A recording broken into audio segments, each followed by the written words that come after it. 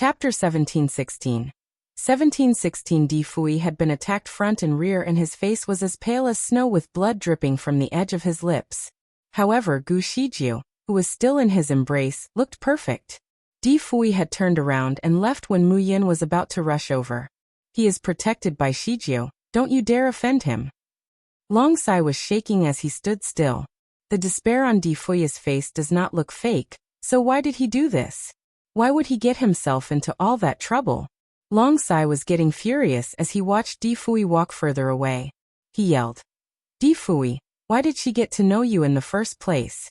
It would be great if she did not know you at all. You got involved with her first, but then you dumped her away for no reason. Did you dump her just to watch her die? How unlucky is she to meet you? If she could go back in time, I'm sure she will not ever want to meet you again. Di Fui stumbled for a second. However, he did not turn back and soon he was gone. His lonely shadow was buried in the snow, and perhaps would never be seen after that. Long Sai was not the only one who had a lot of questions in his head. The fourth messengers were curious too. Why?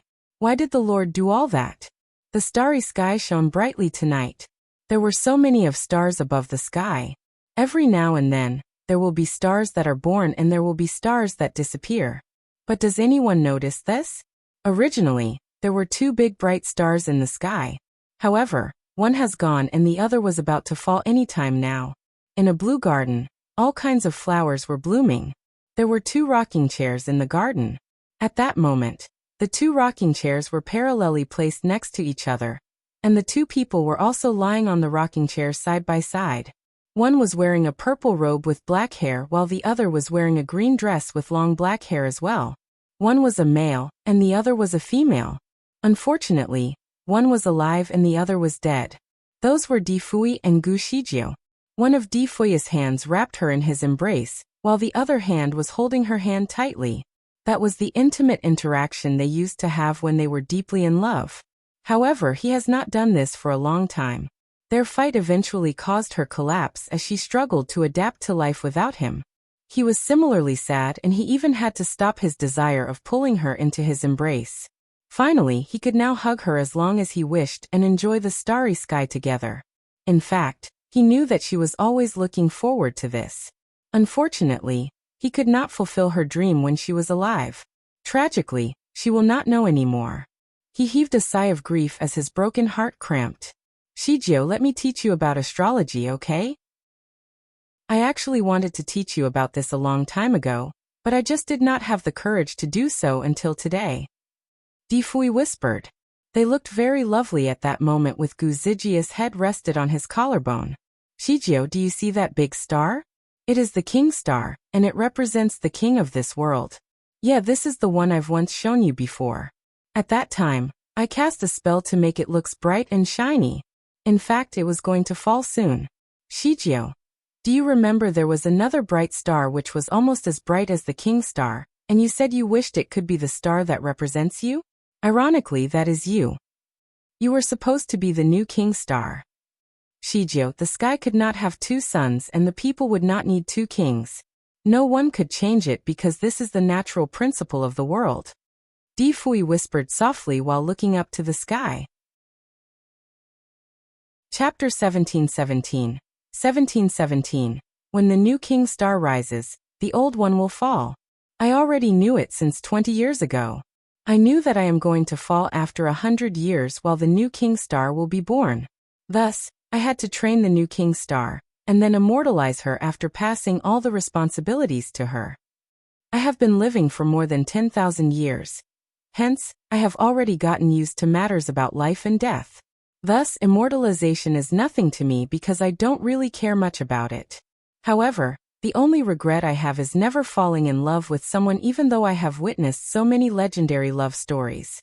In fact, I'm eager to know how it feels like to truly fall in love with someone and experience the feeling of being lost in someone's embrace.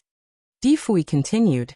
Although there are so many girls out there, there is no girl that ever walked into my heart. I did not make any compromises either. The only thing I could do was to wait for the new king star to be born. The moment when Gu Shijiu from General Gu's family had been born, something strange happened in the sky. There were some glows of 7-color rays out there. At that time, I was wondering if she was the new king star, so I went there to check it out. I realized that she had a normal physique and a normal look. Furthermore, the 7-colored ray disappeared. I checked on her a few more times and it still turned out to be the same. So, I concluded that she is just a normal baby.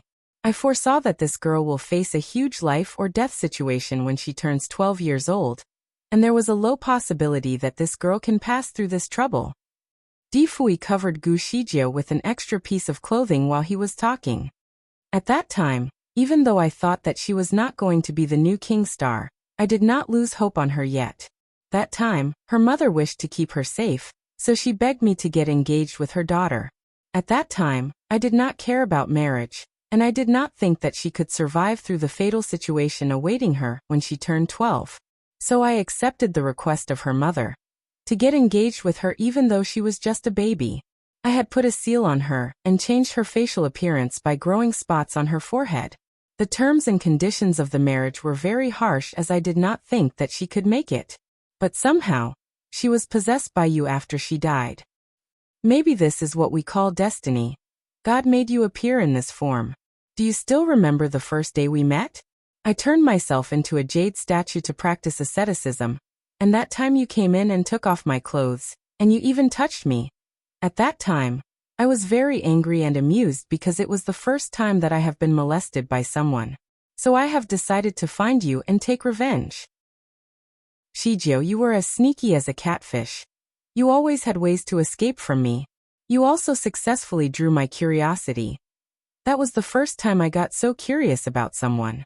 So, at that time, I could not let you go. I even cast a spell on you just to look at how you escape from me. Your moves always impressed me. Perhaps that was when I fell for you? After that, you called yourself a Heaven's Gift disciple. I had to test you as it was my job. Actually, before I tested you, I already knew that you were not a Heaven's Gift disciple. But I had to run the test as it was my job. I fell in love with you at that time, and could not risk your safety. So, I decided to go easy with you on the stage. The result was that you are really not a Heaven's Gift disciple, but a disciple of the Lord. Difui looked at the stars again as his mind was traveling back in time. Shijie, I was already falling in love with you at that time, and I was thinking to marry you after you get out from the dark forest. I wanted to run away with you and was counting how many years we had left. I could still live for nearly 100 years and predicted that you could live until around 80 years old. Chapter 1718. 1718. I loved you, and I knew that I could be with you until the very end. After you pass away, I will be immortalized, but we will have a whole life to stay together, just like an ordinary couple. But Shijie, I never thought that you were the new king star. At that time, I turned myself into Sichin to be with you and help you navigate out of the dark forest. In the dark forest, you did something that only a new king star is capable of. You could see the starry sky in the dark forest, and you were also capable of seeing the different colors of 8 mountains. At first, when I came to know your identity, I was very shocked and disappointed. Of course, I was happy for you. But I had to change my plan because of your identity. You were no longer immortal. You are the new king star. This meant that your lifespan would be as long as mine. If I marry you, the 100 years of our marriage will just be a small number to you. After the 100 years, you will be sad as you will witness my departure. After that, in your long-lasting lifespan, maybe you will meet someone new who could run away with you. Difui held her hand and said, Shijie, I was very selfish at that time because you were the only woman I loved in my entire life, and I wanted to be the only man you loved in your life. I don't want to see another man enter your life after I passed away. If that were the case, I'd rather let you go. So Shijie, I wanted to let you go that time, and I really did that. I just wished to protect you and let you grow up as the Lord. But Shijie, I failed. I wanted to hold back my feelings, but I could not. I wished to see you, but when I saw you with Long Sai, I started to get jealous. Long Sai is a Heaven's Gift disciple. According to the rules of this world, the 4 Heaven's Gift disciples that reach level 9 will fall with the old king star. In other words, Long Sai and a few of them will be following me to our doom. So at that time, I stopped Long Sai from falling in love with you. I even hoped that you loved me instead of Long Sai, Shijio, I was in a dilemma. My mind wanted me to let go of you, but my emotions kept finding excuses to be with you. You surely thought that I was crazy. Difui stared at Guzijia's face. He sighed. Shijio, I admit that I am selfish. It was not easy for me to fall so deeply in love with someone. I did not want to let go so easily. And at that time, you said that you did not care whether love lasted for a long time. You just wanted to fall in love before it's too late. I admit that I felt calmer after you said this. I've seen a lot of relationships become weaker after marriage. Couples would fight with each other and decide not to love anymore. I was thinking maybe years after our marriage, we might lose the passion too. Maybe we will break up before I fall. So I decided that I want to treasure the moment now and be selfish, and I am going to get you by my side. After that, you finally realized that you had fallen in love with me and decided to be with me. I really treasured this opportunity and agreed to get engaged with you to make you my fiancé. But I never thought that the love bracelet would show up at that time. I was very happy as the appearance of love bracelet, which meant that our relationship is predestined. A predestined love is blessed. I started to think that I have chosen the right one. Even God wants us to be together. In the beginning, I did not care about death, but as I spent more time with you, I started to hope that I can live longer so that I can be with you. Chapter 17:19. I even thought that it's fine if I'm not the Lord. I'll just stay by your side as your husband. I thought the love bracelet would change my destiny of falling, and I did try my best to find other solutions. However, there was no other way. I couldn't find any workable solution. Perhaps Difui and Gu Shijio were not supposed to love each other. Perhaps it was a challenge which the new king's star ought to go through. She faced plenty of challenges and problems, but he could not just watch her suffer without doing anything because he cared about her. In fact, he had used a few forbidden spells to save her from those troubles, and that shortened his lifespan. Initially, he could still live for 100 years. However, a lot of his power and energy was consumed after using the forbidden spells. Later, when Gu Shijio was kidnapped by Mo Zhao and her body was exchanged, his projected lifespan was less than 30 years. At that time, they really loved each other so very much. He was reluctant to let her go. Therefore, he began to arrange everything for his death. He knew that she would be extremely sad when he passed away some years later, and she would probably be caught in a depression for a very long period. While the only way to prevent her from being depressed was to make her forget about him and begin a new life. At that time, Gu Shijio coincidentally changed to a clone body. It was quite a good body and it could also be used for more than 30 years. But something happened to that clone body which made Gu Shijio need to return to her original body. Therefore, Difui used his spiritual power to perform a spell on her original body. The spell could make Gu Shijio forget everything about Difui when she resurrected. Then she would be a new person. The relationship between Longjinka and Difui was exactly the same as what Difui told her. Longjinka was just his friend and they never fell in love with each other. No one could find her souls once she was dead. The reason Difui implanted Longjink's memories into Gu Zijia's body was that her body could only survive and upgrade automatically in the Sea Palace. He needed a logical reason to make the Lon siblings safeguard Gu Zijia's original body. Besides that, since Shijio would be the new lord and would eventually need to rule the mermaids, it would be advantageous to her if she had part of Longjink's memories and continued to be the Empress as Longjinka. It was equivalent to owning the whole mermaid kingdom without war, and at the same time, she would have a very strong team. Difui did not plan for her to lose all of her memories. She would still remember that she was Gu Shijio. However, she would never remember him, and he would never be in her memories anymore. In her heart, he would be just a passerby to her. She could be the Empress of the mermaids if she was willing to be.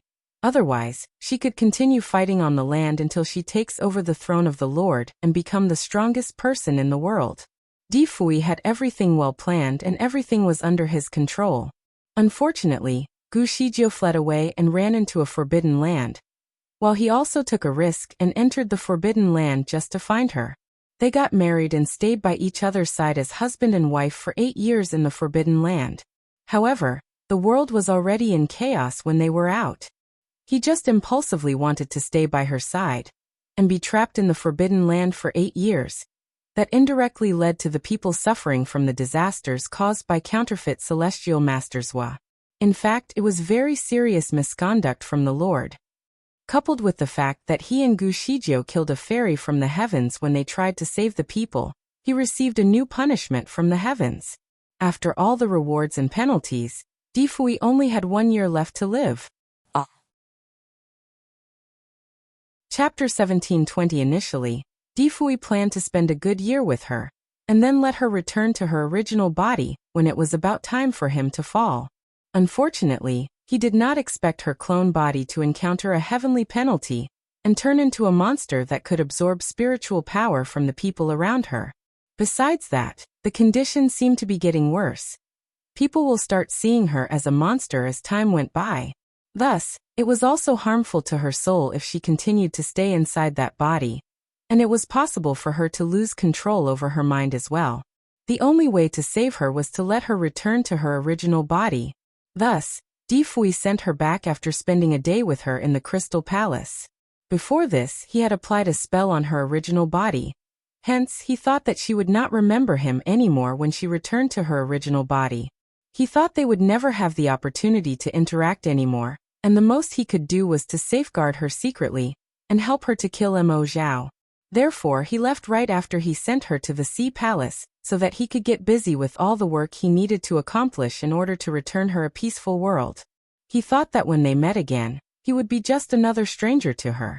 To his surprise, Gu Shijie had left a special marking on her souls, and she would never lose her memories again. Although she resurrected in her original body, she did not lose her memories. She still remembered him. She ruined all his plans. Because Gu Shijie had a love bracelet on her wrist, she would be able to tell if Di Fui had died. He could never hide it from her if he did not get rid of the love bracelet from her wrist. Therefore, he was forced to change his plan, and that was how Lan Jinka was involved in causing Gu Shijie heartbreak.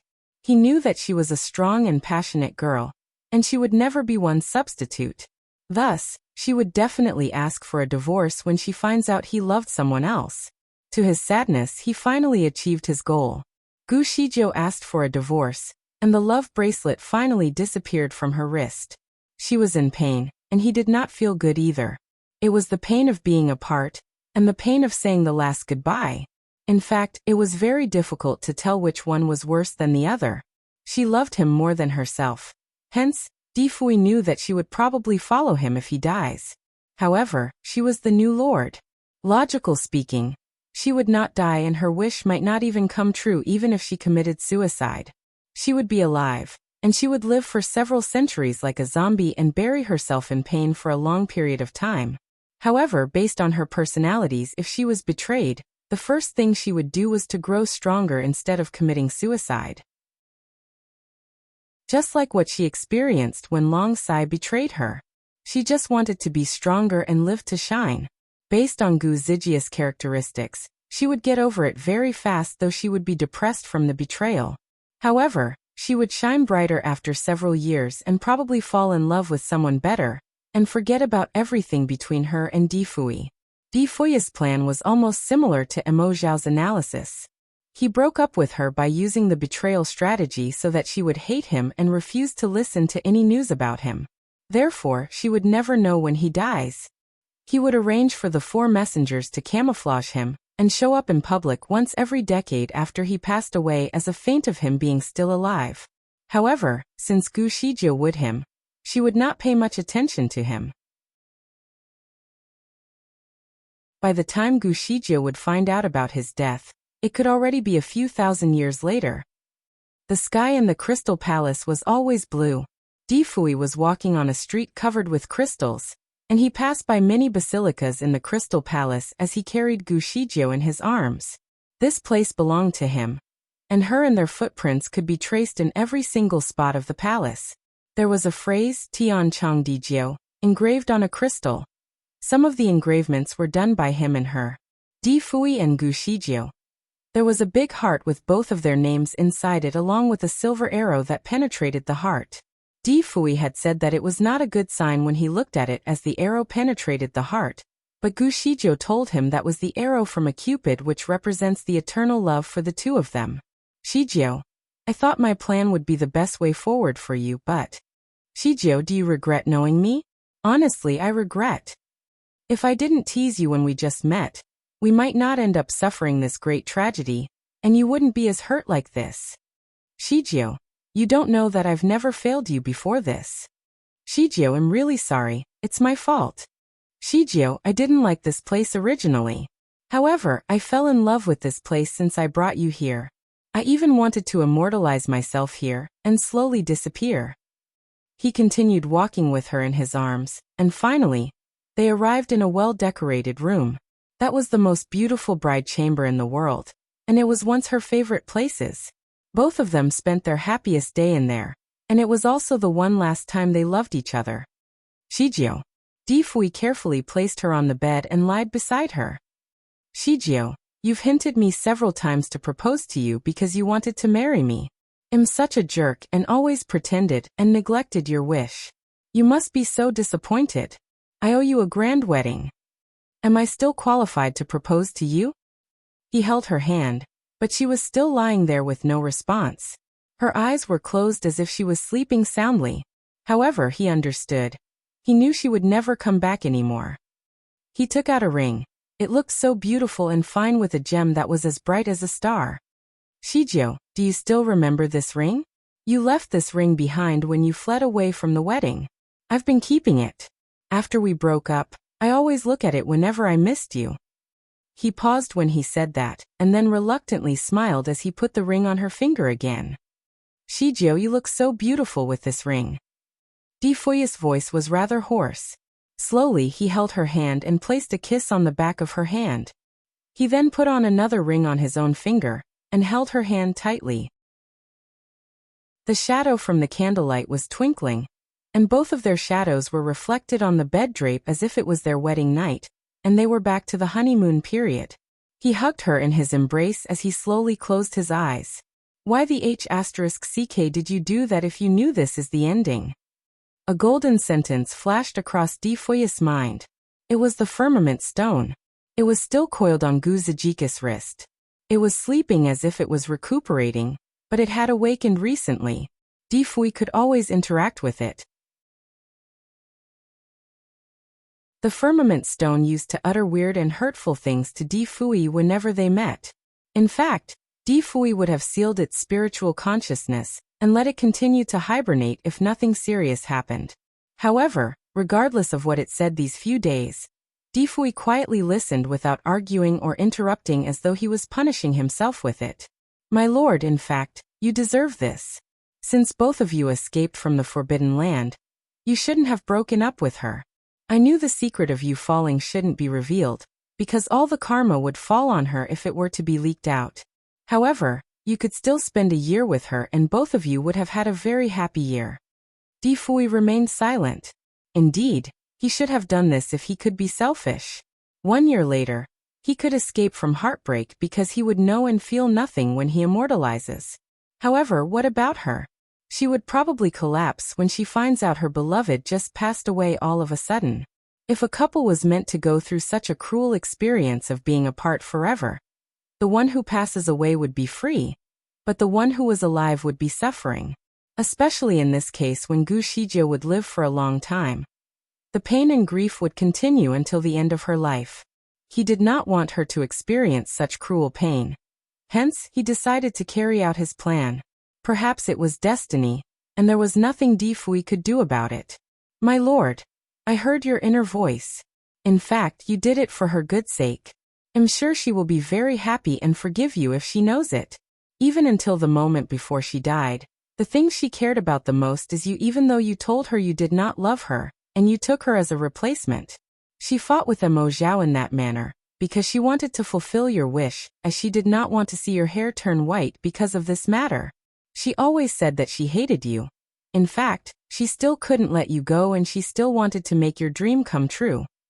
Di Fui closed his eyes in disappointment. The firmament stone was right. She would not sacrifice for him if she really hated him.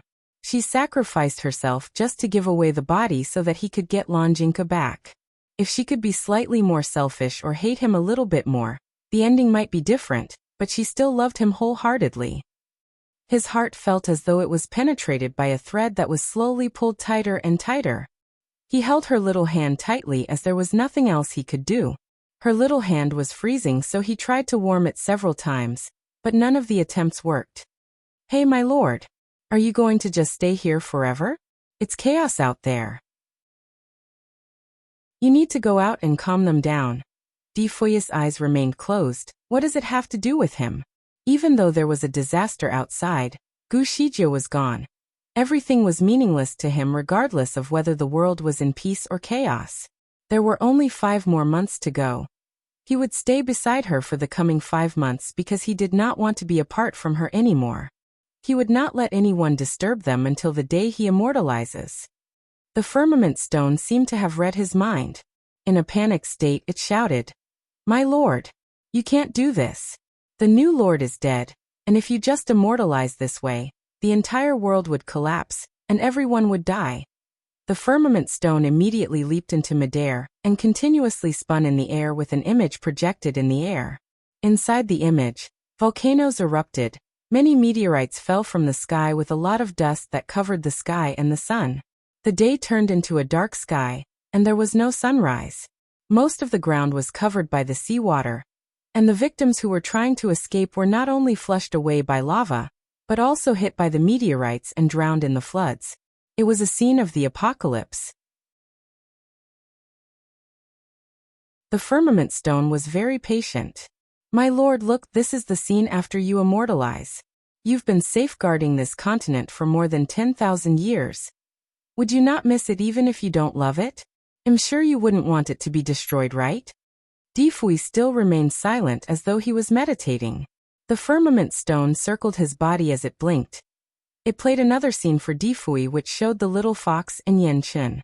Yanchen and Lan Weihu should have gotten back together, but they were trying to escape from a collapsed ground.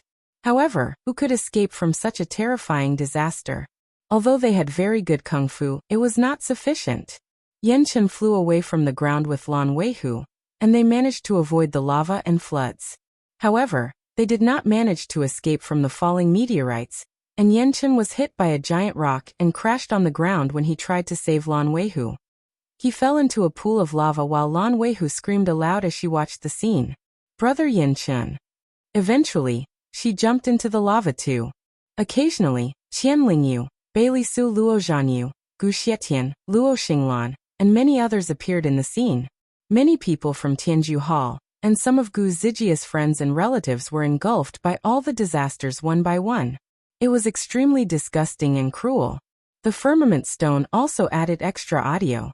"My lord, do you really not care about these people? Shijio cares about them very much. Although they don't deserve to die, they have to die, just because of the love between you and her. I'm sure Shijio would be so guilty and sad if they die this way." Difui shifted his gaze on the clip as though he was thinking about something. The firmament stone thought the opportunity has come. Thus it changed the clip. This time Mu Feng and the other 3 messengers were there with the Lord's maidservants.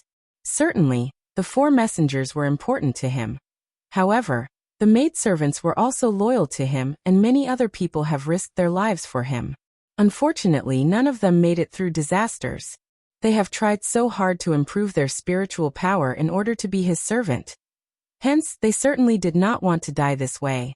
They screamed in fear and many of them would shout, "Help us, Celestial Masters Wa." Many scenes right before they died were paused, and then zoomed in to enlarge their face. It was intended to show Difui their expression.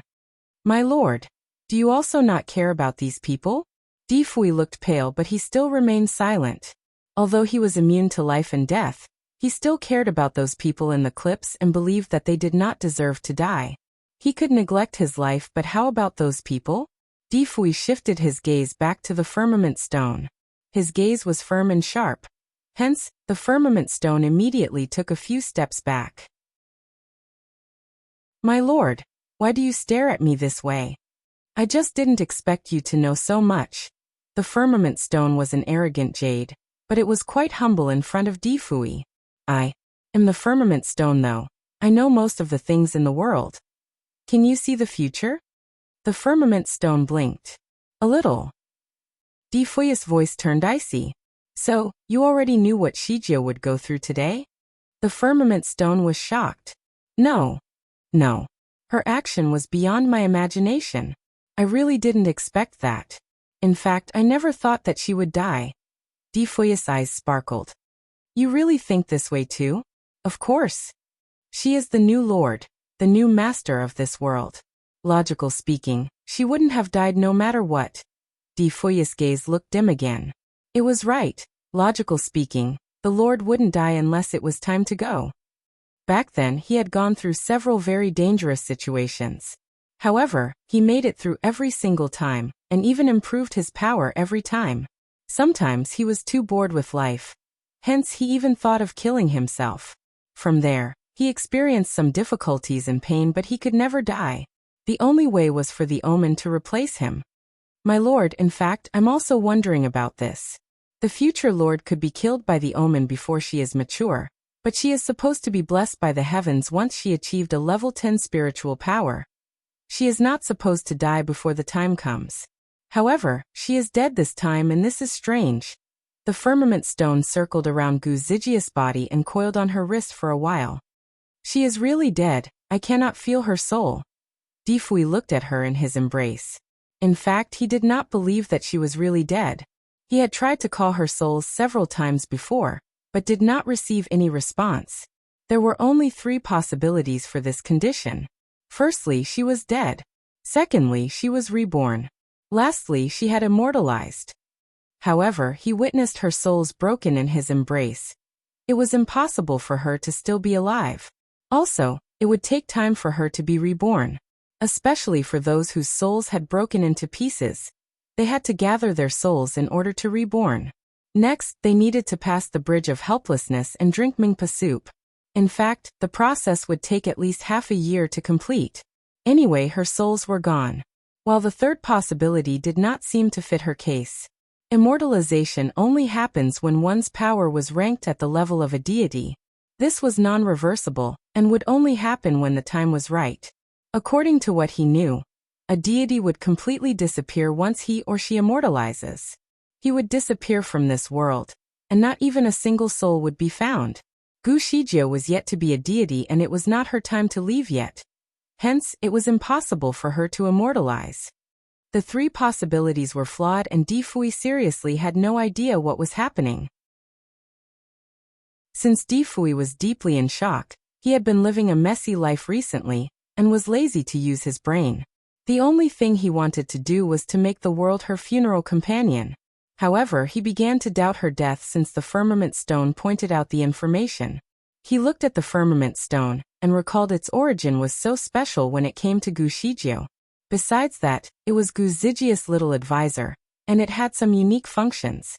Since this fellow was quite chatty and annoying, Di Fui often sealed its consciousness when they spent time together.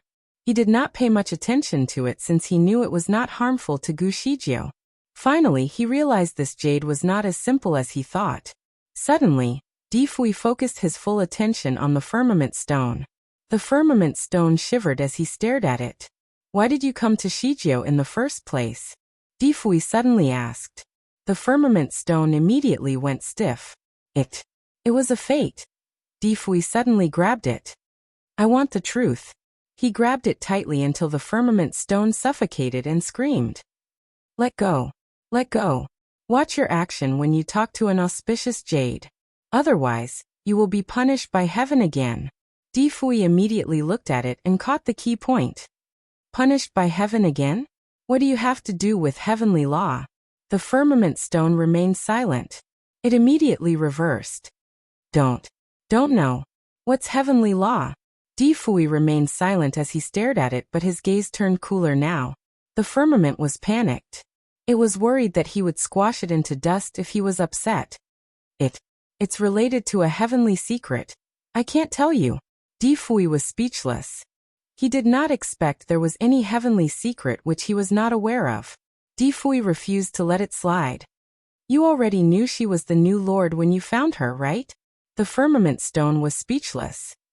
Have you disclosed any heavenly secrets to her? This time the firmament stone was very responsive. Of course not. Otherwise she will be punished. You should know better, right, my lord? Di Fui closed his eyes to think. He was so used to getting everything he wanted. Hence, he did not really care about any heavenly punishment. He has also disclosed heavenly secrets and got punished before, but it had all been settled. However, the heavenly punishment would not only fall on the one who disclosed the secret, but also on the listener.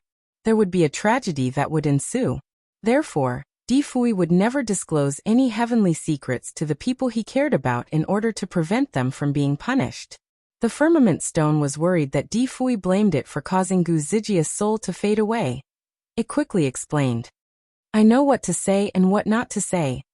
I've never told her heavenly secret. Di Fui stopped talking. He closed his eyes as he hugged Gu Shijio tightly. The firmament stone carefully circled around him again as it looked at his posture. My lord. You shouldn't continue sleeping anymore. The world is a mess now. All the disasters I showed you would happen if you continued to behave this way.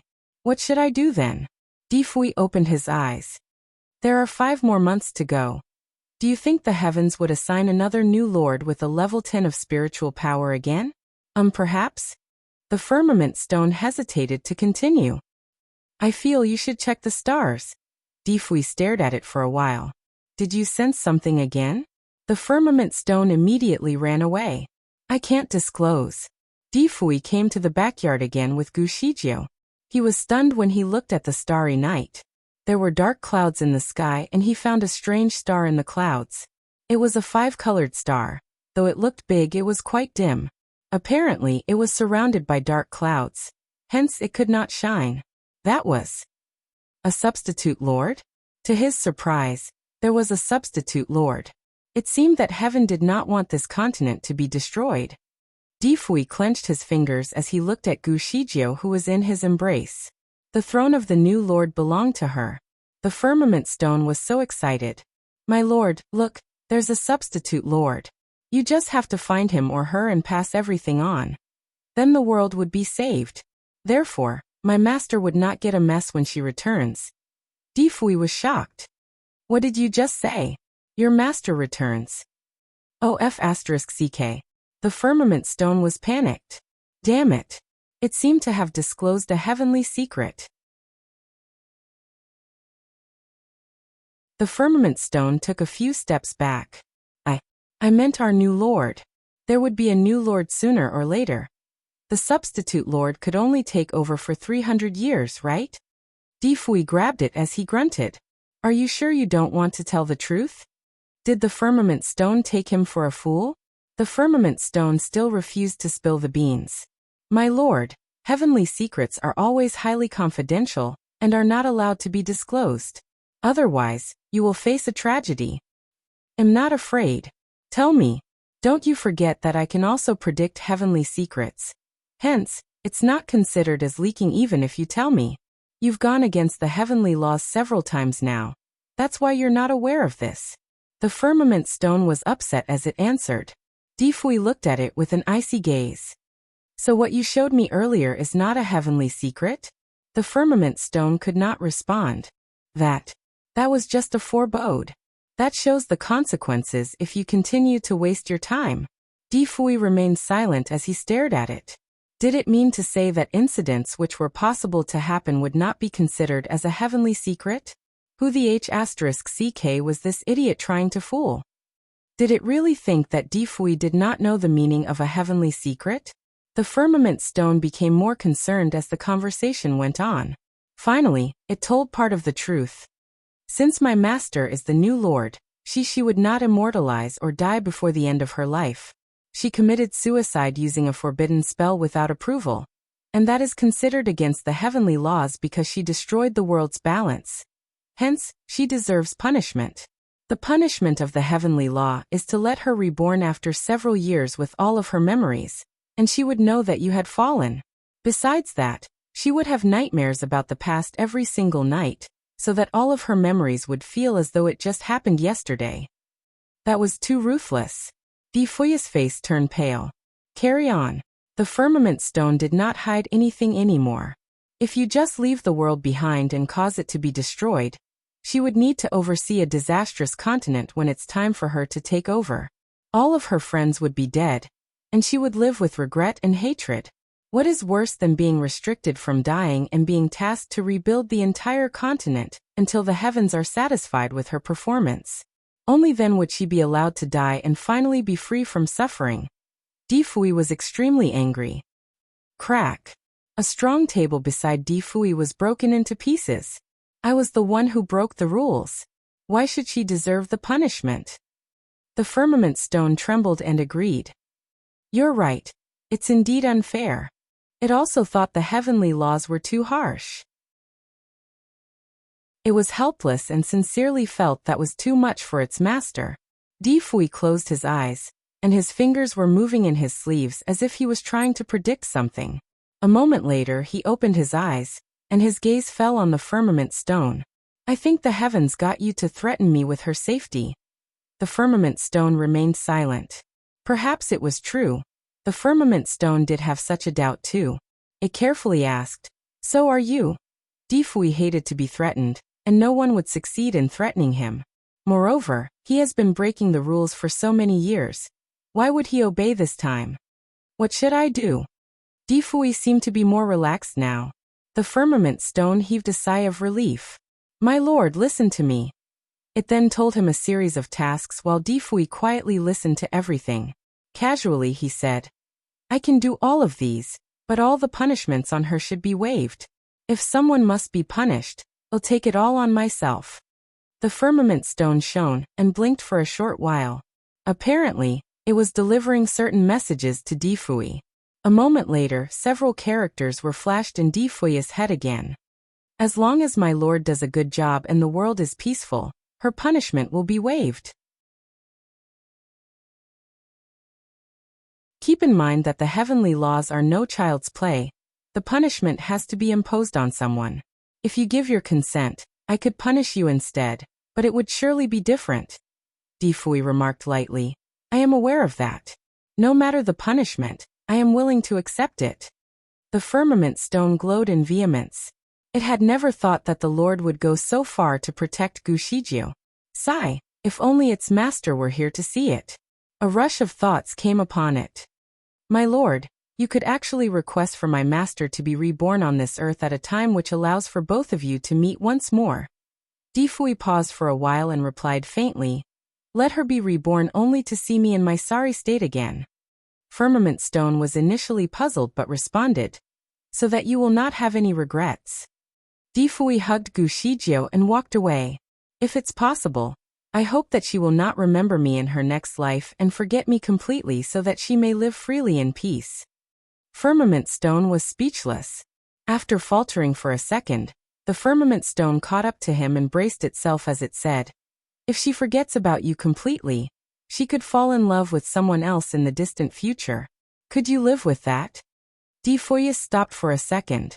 Just when the firmament stone thought that he would respond no further, it heard a faint and raspy voice from a distance. That would be great. But if she is reborn with the memory of her past life and still remembers you, or even knows the truth without any chance of making things right again, wouldn't she have to live with more regret? Difui froze in his tracks. Wouldn't she have to live with more regret? He was sure that she would. She loved him with her life and would sacrifice anything for him. If things would happen as the firmament stone had said, she would only carry her regret to the grave, and let it forever be a sting in her heart. As for her memories, he would never have a way to erase it for her. Gushiju sat on a pile of snow and gazed at the sky. Why hasn't she died yet? Why is she still alive? She had thought that she would die without a doubt, and never expected to be reborn again. Maybe she was not even reborn. She had left her human body on this frozen land. The last image that flashed in her head before she lost consciousness was being in a state of distraught in Difui's embrace while her soul was escaping from her body. She sat there, contemplatively, recalling faintly that before her body was formed here, she was imprisoned inside some cloud. When she was imprisoned, she initially lacked the will to move or even think. A voice seemed to patter on incessantly near her ear, reminding her that she had broken some heavenly law and deserved to be punished or something. The babble drove her to exasperation. She wanted to shut that voice up and slap that person across the face. Then she was released from the place she was imprisoned in. And then she saw a rainbow of colors radiating from herself. After alighting, her body became full in its substance. She looked at her hand. It was smooth as silk and white as snow, with each of her fingers gracefully lithe. She looked at herself in a mirror and was astonished. The person in the reflection resembled the Gushijou from before, but much more beautiful. It was as though some beauty had taken her photo in modern times and embellished it with all kinds of special effects. Her eyes shone brighter, her eyebrows more elegant, her lips as red as cherries, the contours of her lineament more beautiful. Her body seemed to be enshrouded with a layer of mist, thereby emanating a strong fairy aura. She was wearing a green skirt that gave her an air of elegance. Had Gushijou become immortal? If so, what was all that torture for? A smile hung on her lips as she scanned the surrounding area. How long has it been since her death? This location looked like the place where she and Mo Zhao fought before. She stood up and walked around, finally ascertaining that this was indeed the place. The blizzard was howling furiously beside her. The stains of blood had already been concealed by the snow. There was a humanoid ice block not far away, which contained a person in it. She surged to the ice block and looked at the person in it. His debonair features and green robe made it certain that he was no other than Rong Jialua. Mo Zhao and taken over his body. After Gushijou fought to the death with him, his corpse was left uncollected and just froze. Gushijou put her hand on top of the block and looked at the person within. In a flash, white light began to emerge from her hand to melt the ice, rolling out Rong Jiaoyuo's corpse. She felt a stinging ache in her heart as she bit her lips and cleaned up his face. Eldest prince. Recalling how she used to address him in their old days, her voice was faintly hoarse. I failed to save you in the end. She cleaned up his messy hair and apparel. He was the leader of a country, and she was going to send him back to the imperial mausoleum of the Feishan kingdom. Just when she was in the middle of doing so, she seemed to sense something. She raised her head and saw a middle-aged man standing not too far away. Robed in a pronounced manner, he was robust in stature and possessed handsome features that seemed to conceal a certain astuteness. It was Long Moyen, Prince Long. At this moment he was looking at her, astonished. Their gazes met. Long Moyen asked, Shijio? As Gushijou did not look the same as she did before, he could not be certain. Gushijou never thought of meeting him here. You. What an elusive figure. Who would have thought that he would be here? Long Moyen took a big step toward her. Shijio, it is you. His gaze turned to Rong Jiaoyuo's corpse on the ground, and his expression changed. Your Majesty. He looked at Rong Jiaoyuo's wounds and tightened his fists. Who did this to you? Gushijou looked down at the corpse and did not answer. Rong Jialua had died in Mo Zhao's hands, and she had killed Mo Zhao, but at the same time killed Rong Jialua as well. Long Moyen did not cast any doubt on Gushijou as he had witnessed her melting the ice block and extricating his body. No matter how you look at it, it is bizarre for the emperor of a kingdom to just come here all of a sudden and die. If it had been somebody else, they would have already beleaguered Gushijou with questions. But Long Moyen, being Long Moyen, did not ask her anything and only stared at her. He bowed down and carried Rong Jiaoyuo's body. He'll be taking His Majesty back. Gushijou naturally would not dispute with him about this, and nodded her head in appreciation and acknowledgement. Thank you. Long Moyen had come here in a carriage. He placed Rong Jiaoyuo's corpse in the cabin, and invited Gushijou for a ride. Guzijia's eyes glimmered lightly. She replied swiftly, sure. Long Moyen's carriage was a wooden green chariot that was pulled by a snow-white flying lion. After the two got on the chariot, the flying lion expanded its wings and soared to the sky. Long Moyen and Gushijou chatted for a bit in the chariot. She finally knew that it had been half a month since her death. Long Moyen had been traveling around the earth and had come to this place in search of the gallbladder of a rare beast. He had not expected to find Gushijou and the now deceased emperor. Have you heard about anything unusual in your travels? Gushijou tried to get some information. She was still the national celestial master. Difui should have announced the deaths of her and Rongjialua after he returned. The citizens of the three kingdoms should be in a heated discussion. Long Moyen seemed surprised. What unusual stuff. Everything seems to be calm recently. Gu Shizhou paused for a while.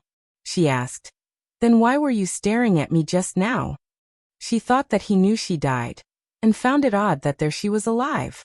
Long Moyen sighed. "Your appearance. I found it hard to identify you." Gu Shizhou sat in silence for a moment. "You haven't heard any news about me?" Long Moyen was startled. He sighed again. "I've heard some things, they should be rumors." Gu Shizhou furrowed her brows. "What rumors?" "Rumors that you're now staying at the Lord's side, training attentively and disregarding all worldly affairs.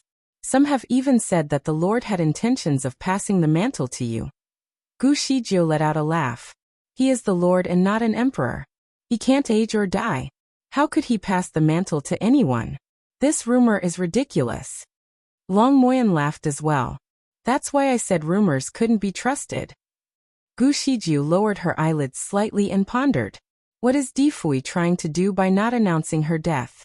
Would he use that body to revive Longjinka? Did he remove the souls from it?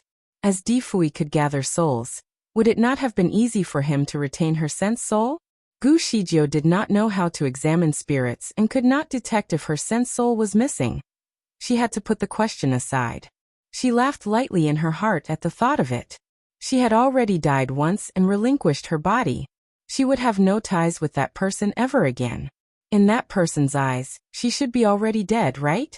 Then she would not have to live with the identity of Gu Shizhou anymore, and could let go of that baggage. She could change her identity and her name and roam in this world freely. "Prince Long, I have a request for you." Tell me about it. When you return, don't tell anyone about ever seeing me. Okay?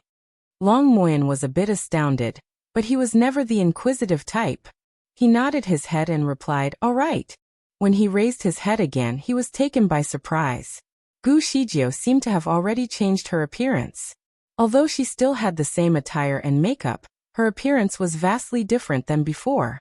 He thought that he was caught in an illusion. However, she was still a stunning beauty. "Shizhou this is? From now on call me Chongsheng." Gu Shizhou stated a name commonly used in disguises. Chongsheng.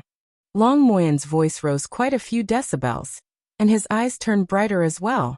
The realization finally dawned upon Gu Shizhou. She had taken the identity of Chongsheng and went on adventures with Long Moyen before. He still remembers Chongsheng quite fondly. She coughed lightly and thought of a timely excuse. "It's just an incognito name. Did it coincide with the name of someone you like? If so, I'll just think of another." She was not adept at coming up with names. Before she could think of a good name, Long Moyen cut her off. "Don't change it anymore. This name is great. A lot of people share the same name in this world. The name suits you quite well." Gu Shizhou would retain the name. She would not stay with Long Moyen for too long anyway. After giving Rongjialua a burial, she would disappear and seclude herself and not return to the Feixing Kingdom ever again. She could change her name again after that. Rongjialua was already eaten by Mo Zhao, so the person she killed was technically Mo Zhao. Anyhow, she felt sorry and guilty to Rongjialua, especially since she treated him as her good friend. She had to attend his funeral to pay her last respect. It was a long journey from the Iceland to the Feixing Kingdom.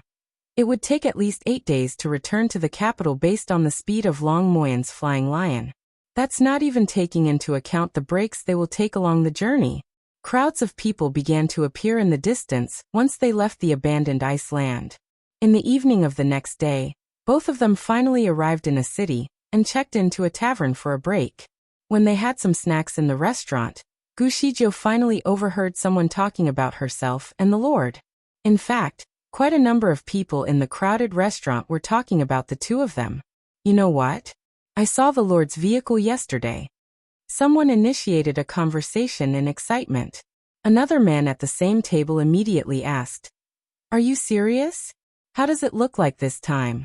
Is it the same blue crystal carriage?" "Of course not. The Lord frequently changed vehicles. This time, it was a purple crystal carriage. It was so beautiful. Sigh, I don't have many words to describe it. The first man sounded very excited. Which one of the Lord's vehicles have been ugly? What's there to be so surprised? Someone at the other table nearby interrupted. True. Oh right, did you see the National Celestial Master in the Lord's carriage? Someone asked all of a sudden. Of course. She was in the cabin. Although they did not come out, the crystal carriage was transparent, so I could see her. The man could not stop talking. Everyone was in a heated discussion. Long Moyen took a glimpse at Gu Shijio and then pretended to ask the witness. May I know when you saw the Lord's carriage? It was yesterday's evening. The man answered confidently. Long Moyen had bumped into Gu Shijio yesterday before evening. He paused for a moment and then continued. Are you sure the lady inside the carriage was the National Celestial Master? Of course. Other than Miss Gu, who else is qualified to take the same carriage with the Lord? They were not only taking the same carriage. The Lord even wrapped Miss Gu in one of his arms. Although he could not see their features clearly, he could see their figures. Undoubtedly, no one had the guts to judge the Lord. And they definitely did not dare to talk about the fact that he had such an intimate interaction with a lady. Long Moyen took a glimpse at Gu Shijio again. She remained silent and sipped a mouthful of alcohol as a smile grew on her face. It seemed that Di Fui had resurrected Longjinka. They even openly took a stroll on the street intimately. Perhaps he wanted the citizens to support her, and he wanted to acknowledge her as his partner publicly. However, why he did not reinstate her original identity? What was on his mind to let her live with Gu Zijia's name? Perhaps, Longjinka was willing to be Gu Shijio since she accepted the body? But Longjinka was also someone with a high ego. Was she really willing to live with someone else's name? In a similar manner, Gu Shijio did not want to live with Longjinka's identity, even though it meant that she could be the Empress of the Mermaid Kingdom, and she could easily get all the power of the mermaids. The pain inside was tearing her apart again. She took another sip of alcohol, so that she could swallow the bitterness in her throat. Suddenly, there was chaos outside when she was quietly pondering. Someone cheered with surprise. Look! The Lord's vehicle! The Lord is here again! There were many people praying outside. Hence, it was very crowded. The people continuously kowtowed while facing the statue in the temple, as they repeatedly asked for blessings. Some were praying to get pregnant. Some were praying for wealth, some were praying for love. Everyone wanted something. The scene was nothing unusual to Gu Shijio because she had seen it multiple times in the current and modern era. She was curious who they were praying to and her gaze finally fell on the beautiful and fine fairy statue. She had seen many statues of different immortals. Some were ferocious, some looked very kind and gentle, some looked very handsome. However, she has never seen such a beautiful and realistic statue. To her surprise, it was a statue of herself. It was of the finest quality and perhaps looked better than the real person. Gu Shijio never imagined someone would make a statue of her, and that people would worship and pray to her as if she was a fairy. There was a title for this deity under the feet of the statue, the Great Celestial Master Gu. Celestial Master Gu. Was it not supposed to be Celestial Master Longjinka? Was that specially made for Gu Shijio? Was that a compensation for her because he felt guilty? She heard that the credit temple could help to accumulate blessings for the person who was worshipped and prayed to by the citizens. Hence, it would bring her good fortune. Only those great people who have made significant contributions to society and saved the people from disaster deserved such a credit temple. The citizens would usually build a temple for them after they passed away, so that they could continue to hear their prayers and receive their praise and gratitude. In fact, Neza, one killed himself due to the threats of the Dragon King from the Eastern Sea. Thus, his mother built a credit temple for him so that he could receive prayers and blessings in order to be reborn again in the future. Was Di Fui planning for her to be reborn? Was that something he would really want? Suddenly, tears rolled down her cheek. She seemed to recall the moment her souls were broken into pieces, and Di Fui rushed in to catch them. At that point, she could not really hear everything that was said by Di Fui, but she remembered that he was sobbing. She remembered that some warm water spilled on her face, and that was probably his tears. Di Fui was always a strong person. He probably never cried before. Even during their time together, she has never seen it. However, he really cried when he hugged her in his embrace. His body was trembling when he hugged her. She remembered he was shouting her name. She knew that he liked her, and she never denied it. However, she did not want him to be in a difficult position, and she did not want to see his hair turn white. After all, he has been planning for Lan Jing's resurrection for so many years. Gu Shijie was having a complicated feeling as she continued to look at the statue. She felt a combination of bittersweet feelings inside. Baby, look. Does it look like you? I made this by myself. She was shocked when she suddenly heard Di Fui's voice. She looked at Di Fui by following the direction of his voice. He was sitting on a crossbeam up there with her physical body placed on his lap. He was whispering beside the body as he wrapped one of his hands around her waist. Apparently he made himself invisible. Thus, none of the prayers saw him. Di Fui lowered his voice when he spoke to the physical body on his lap. No one could hear him, especially since it was very noisy in the temple. However, Gu Shijie could hear it, and she could hear it clearly. Gu Shijie was now standing right beside the statue. She even thought Di Fui was looking at her when he fixed his eyes on the statue.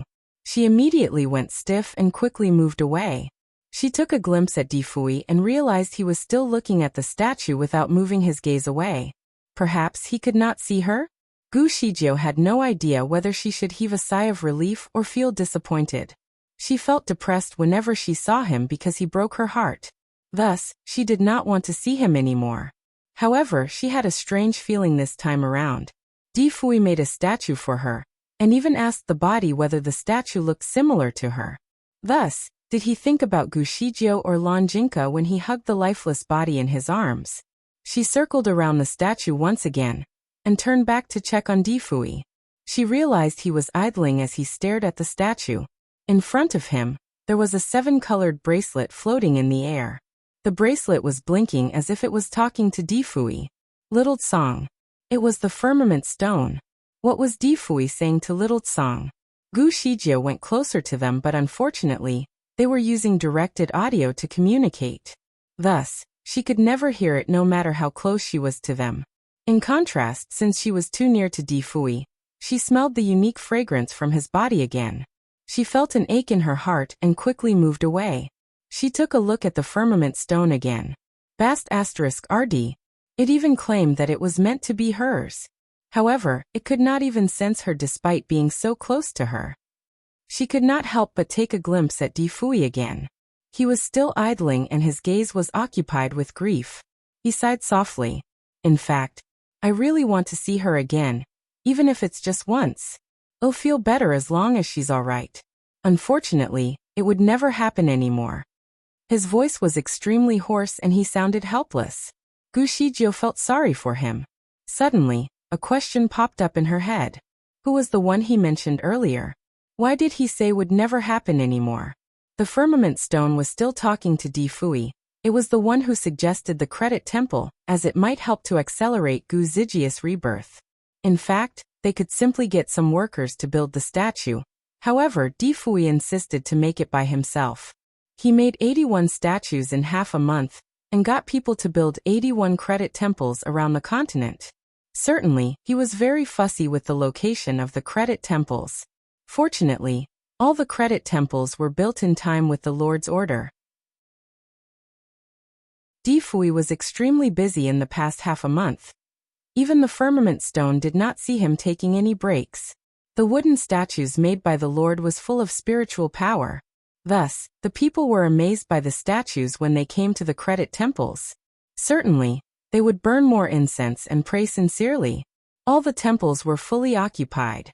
According to Firmament Stone, Di Fui could bring Gu Zhijia's body for a stroll in the temple when the temple was occupied by incense and prayers. She would receive their blessings when she smelled it, and would be reborn earlier. Compared to the old times, Di Fui would definitely think it was nonsense if the Firmament Stone suggested such things. However, this time around, he just followed whatever instructions were given by Firmament Stone, and he even tried his best to execute them. The firmament stone was fortunate enough to enjoy its role as an instructor for half a month. Its heart was racing and it even felt accomplished when it ordered the Lord around.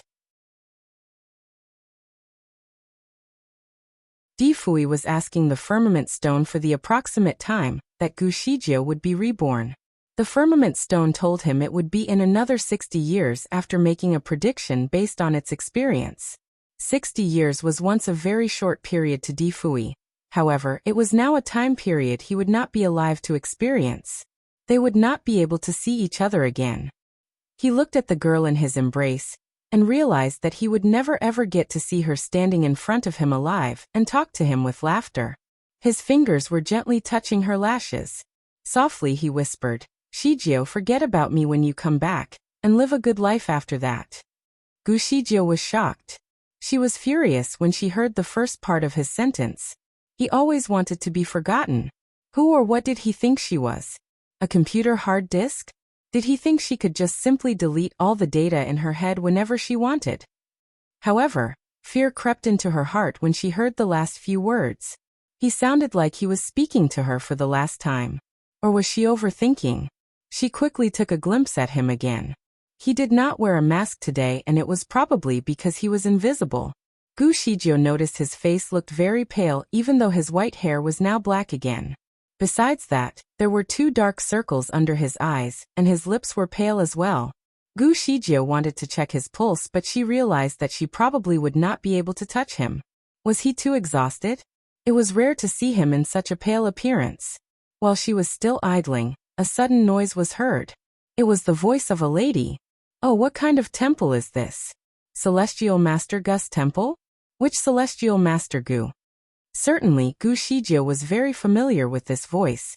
That was Lan Jingyi. She did not expect her to come. There were many prayers outside the temple, and also a few young Taoists guarding the temple.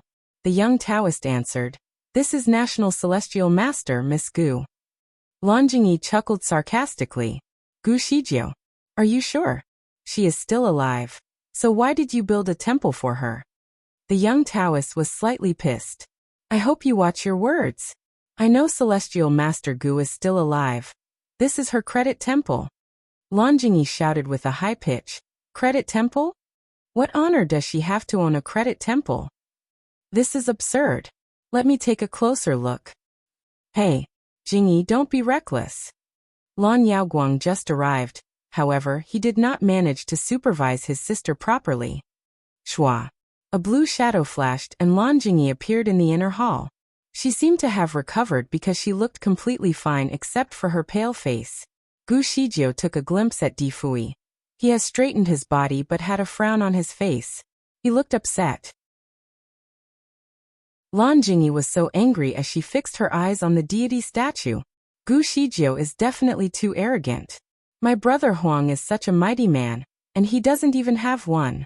Who does she think she is? The Lord of the world. She is not even worth a speck of dust in my eyes. I just can't look at her arrogant face. She lifted her sleeve and a blue beam was emitted toward the statue.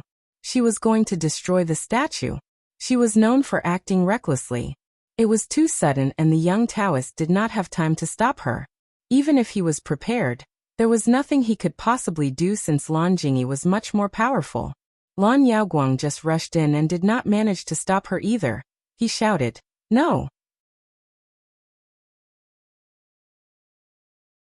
Lan Jingyi possessed a spiritual power of level 9. Hence, it was disastrous whenever she launched an attack. If her attacks were accurate, even the dome of the temple would be blown away, not to mention a statue. The wind was blowing furiously with an evil aura.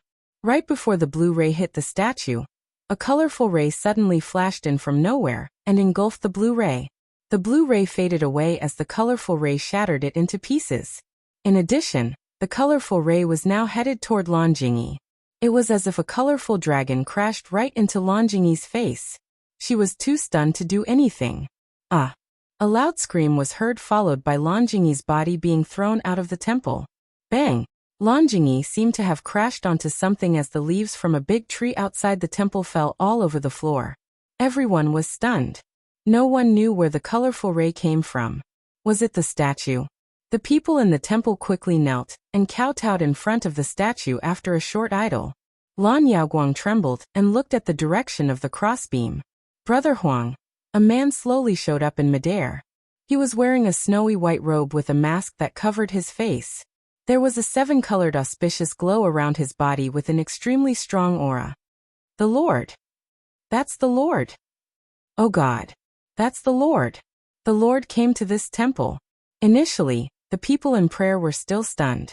After a while, they quickly knelt and kowtowed to him when they regained their consciousness. Di Fui looked at the people from midair. Slowly he said, "Listen to this order. Whoever tries to destroy a single piece of tile or a tiny grass of this temple shall not be spared." "Yes, my lord." The young Taoists who were kneeling on the ground responded with eyes that sparkled. Who had the guts to disobey the Lord's order? A temple protected by the Lord's order was certainly an important venue. Hence, this temple of Celestial Master Gu would be more crowded than any other temples. Of course, no one would ever try to destroy anything from now on. Although there was a rumor saying that the Lord had done all the inspection by himself throughout the process of building all these temples, it was just a rumor. Many people did not believe it, and they even thought that it was just a marketing strategy made by the person who built the temples. However, since the Lord showed up here, and he even ordered them to protect the temples, the news would be spread very fast. Lan Yaoguang hesitated as he looked at Di Fui. Brother Huang, you build these temple for my sister? My sincere apologies. Jingyi was too naive, please forgive her. Di Fui did not bother him. Casually he said, take Lan Jingyi in. Gu Shijie was curious as she was hiding up there. Di Fui used to protect Lan Jingyi, and he even cited her in front of Gu Shijie several times. Gu Shijie was very sad back then. However, what was different this time? Lan Jingyi just wanted to destroy a statue and he launched such a powerful attack. Gu Shijie guessed that the attack from Di Fui earlier might have taken away half of Lan Jingyi's life. Suddenly, Lan Jingyi was taken in by someone.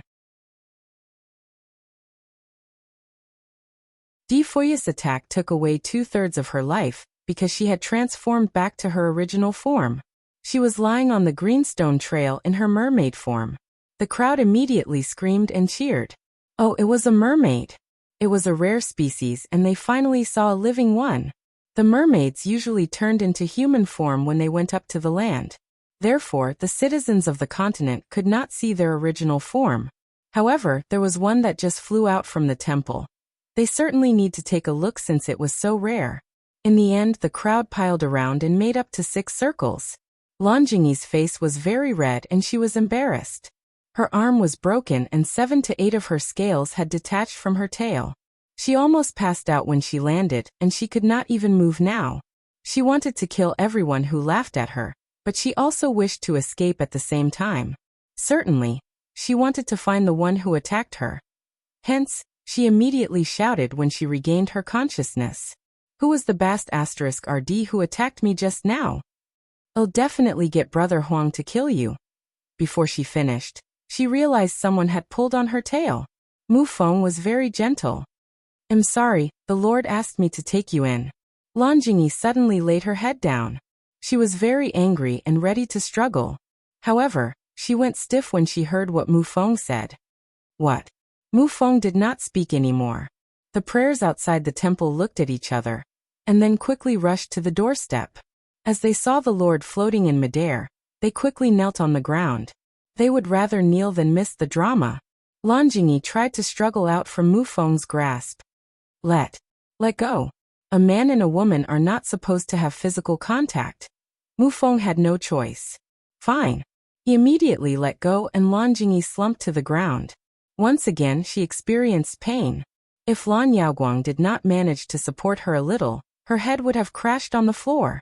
Lan Yaoguang was in a difficult position as well. He was the emperor of the Mermaid Kingdom, and his sister was his noble princess. He would have been pissed off a long time ago if his sister was being bullied like this before today. However, it was his sister's fault, and the one punished her was the Lord. He did not dare to speak more but took a glimpse at his sister, and then looked at the Lord. He wanted to seek forgiveness on behalf of Lan Jingyi. Brother Huang. Di Fui shifted his gaze to him. Although it was a very simple reply, that was scary enough to make Lan Yaoguang tremble, until he almost could not continue the conversation. Jingyi is still young and naive. Could you forgive her, and spare her life this one time? Young and naive. Di Fui sounded unpredictable. 5,000 years old is still considered naive. The crowd who were kneeling burst into laughter. Someone chuckled and replied, 5,000 years old could be considered a great ancestor already. Great nanny, someone beside him said. She's a mermaid and she's different from you. Don't simply judge. There was immediate chaos as everyone was talking about it. Lan Jingyi was too arrogant earlier. She behaved as if she was the almighty god just because she was a princess among the mermaids, and that pissed the crowd off. Therefore, they were more than happy to laugh at her now. Lan Jingyi struggled to get up and lifted her head to glimpse at Di Fui with a look of disbelief.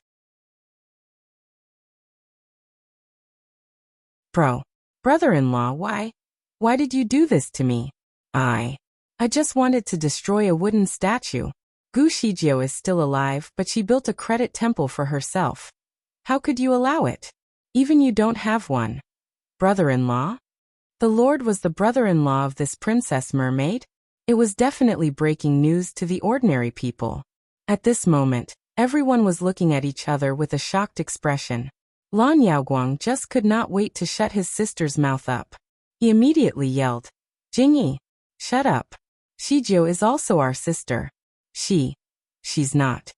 Di Fui suddenly interrupted Lan Yaoguang. Lan Yaoguang glimpsed at Di Fui with his mouth wide open. Brother Huang, I thought you told us that Shijiu was reincarnated from one of my sister's souls? She has nothing to do with Lan Jinka. Di Fui casually continued. She's always been herself, no one else. Lan Jinka has passed away, and she is truly dead. Just like how the other mermaids' souls have broken into pieces, she will never be reborn again. Lan Yaogang's face turned pale, and he took a step back. How is it possible? Brother Huang, I thought you said. Lan Jinka was worried about you and your sister, and she was afraid that you might end up doing something silly as a result of depression. Hence, she begged me to design a lie so that you will have something as your mental support. Di Fui explained in an icy tone. Lan Yaoguang stuttered. But there is nothing much for you to argue with me. Yaoguang, I'll definitely take care of you and your sister since I've promised your eldest sister to do so when she passed away during the battle. That's also why I helped you to manage all the administrative works of the Mermaid Kingdom, and even helped you to ascend the throne. In fact, I've already repaid your sister since you have already dominated the entire ocean for more than 5,000 years. Lan Yaoguang remained silent. That was true. The Lord had been supporting him for a few thousand years, and he made the Mermaid Kingdom grow stronger than ever before. He also helped the Mermaid clan to kill all its enemies. Even though Lan Jinka had helped the Lord before, he has more than repaid them. It was now the mermaids who owed the Lord. Lan Yaoguang was a smart person. Hence he finally understood after a short ponder. The Lord probably wanted the mermaids to be loyal and take good care of Gu Zijia's body.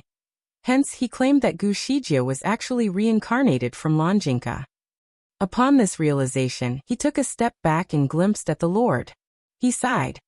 Brother Huang, in fact, I'd still safeguard her body properly even if you didn't tell me Miss Gu was reincarnated from my sister. Di Fui's eyelashes flashed. I'm sorry about this. It was his selfishness because he wanted Gu Shijia to have strong support when she woke up. However, Di Fui never expected things to go in such a different direction. She felt hopeless and eventually decided to die with Mo Zhao just to fulfill his wish. Although he was now apart from her, and she might not know all these things he had done for her, she would be reborn someday in the future. Therefore, he might as well help her to solve all the problems while he was still alive. Based on her capabilities, she might not even need to rely on the mermaid's power to unite this continent and rule it. Conservatively, even if she really needs the power from the mermaids, she would have her own strategies and did not have to become their empress. Lan Yaoguang finally got it as he thought about it. He had a strange feeling because it was undeniable that the Lord had used him. However, compared to the contributions made by the Lord, the exploitation was hardly comparable. Brother Huang, why are you revealing this now? Lan Yaoguang asked because he would not even know if Di Fui continued to hide it. Di Fui gazed down at him. Casually he said, she doesn't like it. I need to clear her name. Lan Yaoguang smiled awkwardly. Indeed, Gu Shijiu did not like to be the Empress and she has never acknowledged it since the beginning. He shifted his gaze to the statue and immediately recognized that the engraving was done by someone he knew. Perhaps, the one and only in the Lord's heart was Miss Gu? His sister. His sister was just a buddy who could fight side by side with the Lord. When he was young, he did hear from his sister that Huang Tu was just her ordinary friend, nothing else. Back then he was too young and did not know much about that. However, he finally understood. He took a breath. Brother Huang really loves Miss Gu so much, huh? However, I really don't understand why you wanted her to misperceive that she was my sister in the first place. You even canceled your engagement with her. Di Fui casually answered. This has nothing to do with you. It was a highly confidential secret. Di Fui definitely would not explain it to Lan Yaoguang. Lan Yaoguang shook his head and when he was about to say something, Lan Jingyi, who remained silent all the while, suddenly screamed. I've told you. How could Gu Shijiu be my sister? She's just an ordinary human. How could she compare to my sister? She's not qualified at all. Before she finished talking, Di Fui launched another colorful ray toward her. Lan Jingyi was engulfed by the ray almost instantly. Lan Yaogang's facial expression changed. He wanted to stop it. Icily, Di Fui said. Yaoguang, it'll take back all her power if you continue to protect her. Lan Yaoguang was scared, and he quickly sealed his mouth. Lan Jingyi had a critical illness since young. Hence, she could not afford to bleed. Back then, she almost died, but Di Fui saved her life. However, Lan Jingyi was a troublemaker. She once fought with someone and bled a lot. She was supposed to die but Di Fui tried his best to save her, and even gave her the bone of a Heaven's Gift disciple. Thus she recovered, and her power had since been upgraded. If Di Fui takes back all of her power, she would definitely die. Indeed, Lan Yaoguang knew that his sister was really a typical troublemaker. She deserved a lesson. A moment later, the colorful ray faded. Lan Jingyi was twitching on the floor as though a fish has just left the water. Besides that, 2/3 of her scales were gone. The pain from detached scales was almost similar to broken bones. Lan Jingyi was sweating, and her sweat had turned into pearls that rolled all over the floor. Her gaze was finally occupied with fear as she looked at Di Fui. Icily, Di Fui added. Lan Jingyi, I will spare your life as a favor for your sister. I'll take back your life if I ever hear you insult Gu Shijiu again. Yaoguang, bring her back to the sea and never allow her to come to the land again without my permission. Lan Yaoguang did not want to stay any longer. Hence, he quickly left with Lan Jingyi. The drama finally ended. Since then, all the citizens knew that Gu Shijiu occupied the Lord's heart. Hence, no one would ever disrespect her. Therefore, her temple was so crowded now. Gu Shijiu was surprised by all the new information. This was the first time that she found out that she was not supposed to be Lan Jinka, and had nothing to do with her. Di Fui and Lan Jinka were just ordinary friends. He has never loved her, and he did not plan to resurrect her. Di Fui did everything for Gu Shijiu. She was the only one in his heart and not a substitute after all. So why did he make her misunderstand his intention all this time? Why did he hurt her so badly? Gu Shijiu had witnessed the drama inside the temple, as she was floating in midair. She was shocked and confused.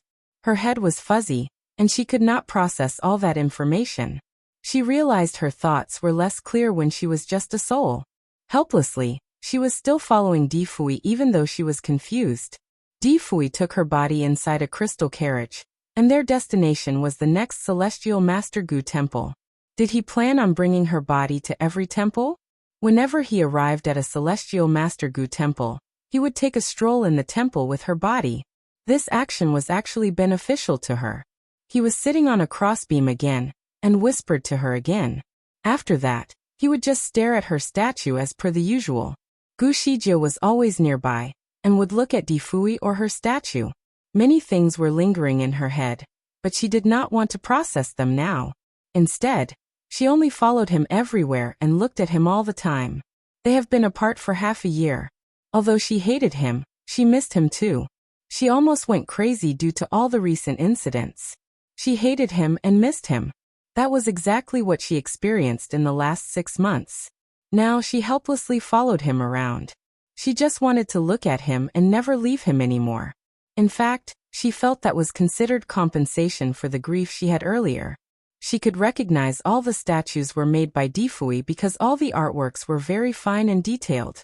Every single statue had a different expression and gesture. Some were smiling, some had a serious expression, some were happy, some looked cool, and so on. Every single statue looked extremely realistic. How could he make so many statues of her in half a month? If Gu Shijio still doubted his sincerity after watching the drama in the temple, she should be able to find out the truth just by looking at those statues. She finally believed him. She knew he loved her and he loved her so very much. Since he loved her so much, why did he hurt her so badly back then? Difui? Why? Why did you do this to me? She felt sore in her heart. She wanted to ask him, but he could never see her no matter how close she was. She had been following him around for 5 consecutive days.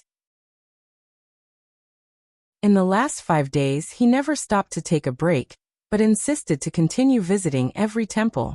He did not even take a short nap. Although he was a deity, he also needed a break. When he was inside the carriage, he would carve out new statues for Gu Shijio. He was quite at doing this, and every single engraving was very detailed. All the artworks were accurate. She was always a strong and calm girl, and she always looked like a cold and tough woman in front of everyone. It was only when she was with him that she would put her guard down and behave like a little girl who would throw her tantrum and be clingy and naughty. He was the one and only who got the privilege to see it. However, he could never see it anymore, hence he had to engrave it. He would stare at the mini statue for a moment, and smile every single time he completed one. Occasionally, Difui would kiss her lips and call her baby. It was a very simple action. However, Gu Shijio felt like crying as she watched the scene. Fortunately, she did not have tears in her current form, but she could feel all the feelings she was supposed to have. In fact, she had not wasted any of her efforts by following him around, because she realized she recovered at a good speed. On the first day, her hearing and smell improved greatly. On the second day, she could taste the prayer items. On the third day, her sense of hearing was even more sensitive. She could already clearly hear conversations from 100 miles away. It was a night with a full moon again.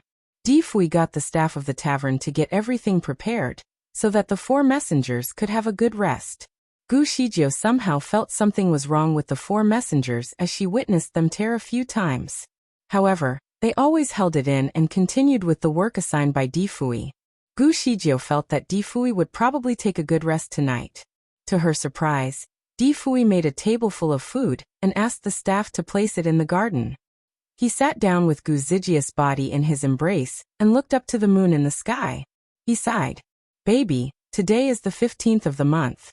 You once said that 15th is always a day for a reunion, but we..." He paused. A moment later, he stuffed a pair of chopsticks into Gu Zijia's hand. "Shijio." He called her name softly. "All these are your favorite dishes. Do you still like them now?" Certainly, the body could not eat the food, while Difui did not dig in as well. However, Gu Shijio, who was floating around, suddenly felt hungry as she looked at the table full of dishes. Her senses were getting stronger recently, just like how she used to feel before she died. However, that was the first time she felt hungry. There was her favorite deep-fried tiger prawn as well as sweet and sour fish displayed on the table. She could not control herself anymore and slowly moved toward the table. As she tried to grab the chopsticks on the table, she felt helpless. In the end, she could only go close enough to smell the food in order to satisfy her desire. Unfortunately, she was getting hungrier as she smelled it. She looked around and realized no one could see her. Decisively, she bent her body and took a bite. She tried very hard and could finally bite on the prawn's antenna. Hey, she could bite on solid food. Gu Shijio decided to try again. She bit the whole prawn. The prawn accidentally fell out from the plate when she tried to bite it. Sadly, Gu Shijiu did not like to eat food that is contaminated. Therefore, she gave up on that one and tried to take another prawn even though the first one was quite a big one. This time, she gave her all and finally managed to take a prawn away from the plate after consuming all of her energy. Bang! A glass fell in the ground and Gu Shijiu was shocked. Certainly, the prawn in her mouth also fell back onto the plate. She naturally lifted her head and her gaze coincidentally met Di Fui's shocked gaze. She was stiff and slowly walked away from the table after she stood up. Can you see me? Unfortunately, Di Fui's gaze did not follow her as she moved. His gaze was fixed on the big prawn which had fallen onto the plate. After a short idle, he picked up the prawn with a pair of chopsticks. His fingers were stiff when he slowly brought the prawn nearer to his nose. He probably tried to smell the odor on the prawn. Gu Shijiu anxiously looked at him as she was wondering whether she has left any ghostly saliva on the prawn.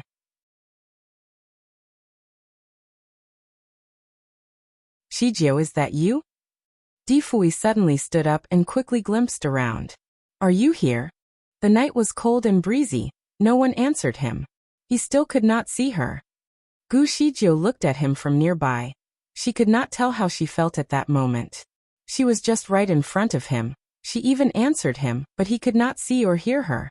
Gu Shijiu felt an ache in her heart as she looked at his miserable face. It overwhelmed her. In fact, she took a few attempts to return to the body. However, she literally bounced off it. She circled around him and even blew her breath into his ears, but all her efforts were in vain. She could see him and sense him. Unfortunately, he did not know she was just beside him. Shijiu. He quickly cast a spell as he stared at the plate. Gu Shijiu could recognize the spell. She knew that was the soul collection magic, and it always worked. Indeed, he caught a soul, but it was the soul of a kitten. The soul was slow-witted and struggled in his hand now. Di Fui was disappointed. Were you the one who stole the prawn? The soul was confused and trembled in his hand. Di Fui let it go and slumped on the chair. Idly, he stared disappointedly at the dishes on the table. Perhaps I've thought too much. I've hurt her so badly that she does not even want me anymore. Why would she keen to eat the dishes I made? Moreover, it's not delicious. Gu Shijiu was speechless. In fact, she was sad. She sat opposite him and fixed her eyes on him. Di Fui was an almighty god. There were not many things that he could not do. Besides that, he was a perfectionist. Hence, he put very high expectation on everything he did. Unfortunately, he sucked at culinary arts because the dishes tasted normal even though he tried his best to make it. Gu Shijiu always laughed at him when they were still together. She preferred to have a lighter mood with him. Back then he hardly cooked. He would only do so to comfort her, and there were only a few dishes which he used to make. It was normal for couples to argue. Whenever that would happen, Di Fui tried his best to comfort her. If that failed, he would make a tableful of dishes to please her. Normally, she would just forgive him for the sake of a tableful of dishes. Certainly, Di Fui was a very arrogant person. He was good at hiding the fact that he sucked at cooking.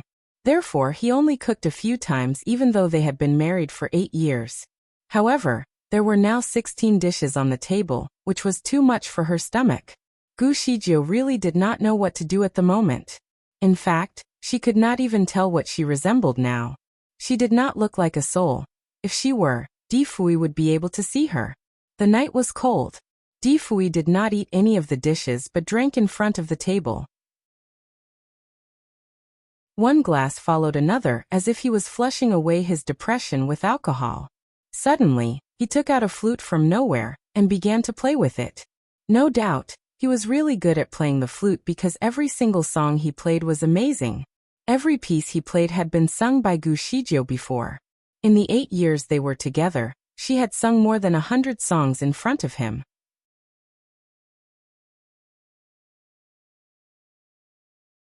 Di Fui was completely absorbed in the music, and was not aware that it was already very late.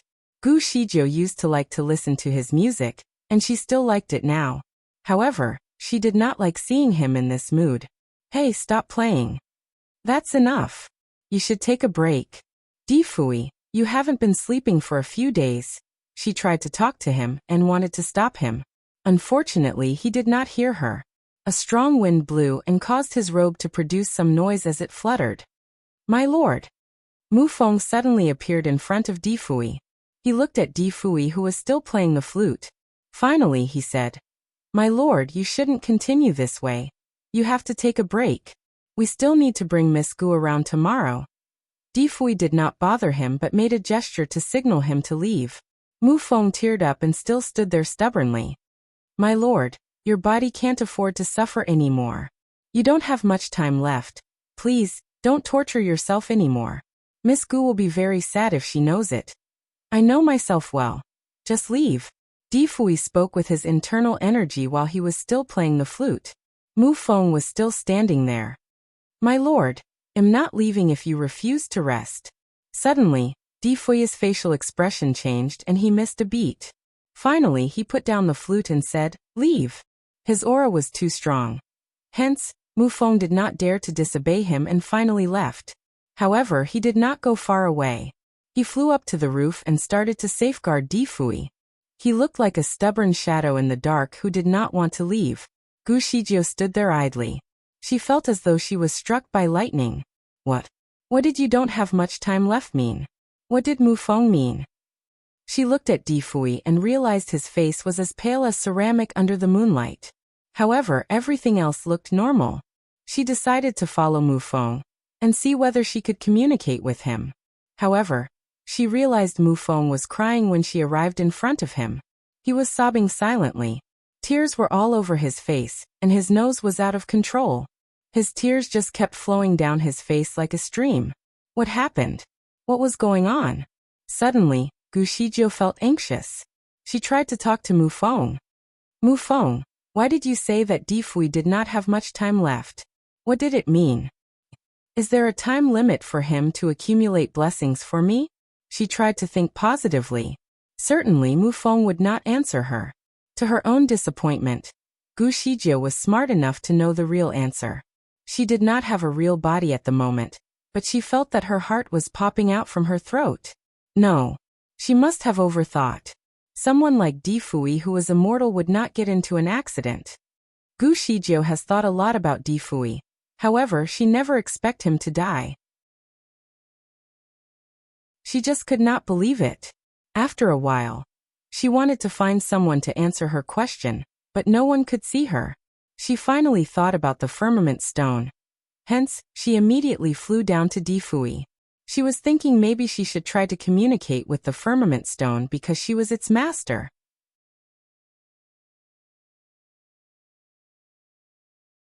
The firmament stone was very arrogant lately. Since Gu Shijie passed away, it was no longer willing to stay on that body. Thus, it was quietly glowing on the table now following the beat of Di Fui's flute. Gu Shijie flew toward it and tried to communicate with it. Unfortunately, this fella did not respond to her at all. She tried more than 10 times but nothing happened. She wanted to kick the table to release her frustration. The firmament stone once told her it could always communicate with her without any barriers. However, it could not even sense her during this critical moment. Useless. Sigh. She would have kicked its asterisk as if she could actually use her legs. It was strange that she could use her mouth though she could not feel her legs. She managed to pick up the prawn with her mouth earlier, right? Usually, Gu Shijie would never have any intimate action with the firmament stone. However, she could not be bothered anymore today. She lowered her body and tried very hard to pick up firmament stone. The process was truly an indescribable experience. She had consumed almost all of her strength to pick the prawn earlier, and now she was going to pick up the firmament stone, which was 10 times heavier and bigger in size than the prawn. It felt like an ant that was trying to move an elephant. She was not sure if she could even nudge it. Initially, the firmament stone was blinking as it was counting the beats. Suddenly, it sensed something and immediately stopped blinking. Instantly, it stood vertically on the table and checked its surrounding. Who is blowing at me? Damn. Who is that? Gosh. A ghost. The firmament stone quickly rushed toward Di Fui and coiled around his wrist. In fact, it was not afraid of ghosts because it could always see them. However, It did not see anything earlier, but it could feel something was blowing at it. It even felt as though something was biting it. The scariest thing is always something we cannot see. The firmament stone felt all the jades and gems on its body were standing up. Hence, it quickly ran away. Gu Shijiu was speechless. Damn it, little Tsang. Di Fui was interrupted by the firmament stone, and played the wrong key. What's wrong? Asked Di Fui with a frown. The firmament stone was trembling on his wrist. There's a ghost. Something is blowing at me, and wants to bite me. Di Fui remained silent. He also felt something was strange tonight. Instantly he looked around and asked, Shijiu, is that you? It's me. It's me. Gu Shijiu answered. However, no one could hear her. Di Fui tried to use a few spells. However, nothing was found. Gu Shijiu was sad and helpless.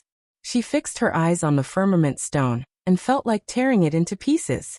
This fellow was completely useless. The firmament stone felt cold. Hence, it coiled even tighter on Di Fui's wrist. I just feel something is glaring at me and wants to eat me, mumbled the firmament stone. Di Fui fixed his eyes on the plate as he sat there. The big prawn was still on the plate, but it was already cold. He asked with a dull tone, Shijiu, was that you? If it's you, can you push the prawn again? Just move it again if you're here. He lifted his hand and tore a small piece of prawn meat, and placed it at the top of the dish. He even warmed the prawn. Gu Shijiu had the urge to do it because she could bite the prawn earlier.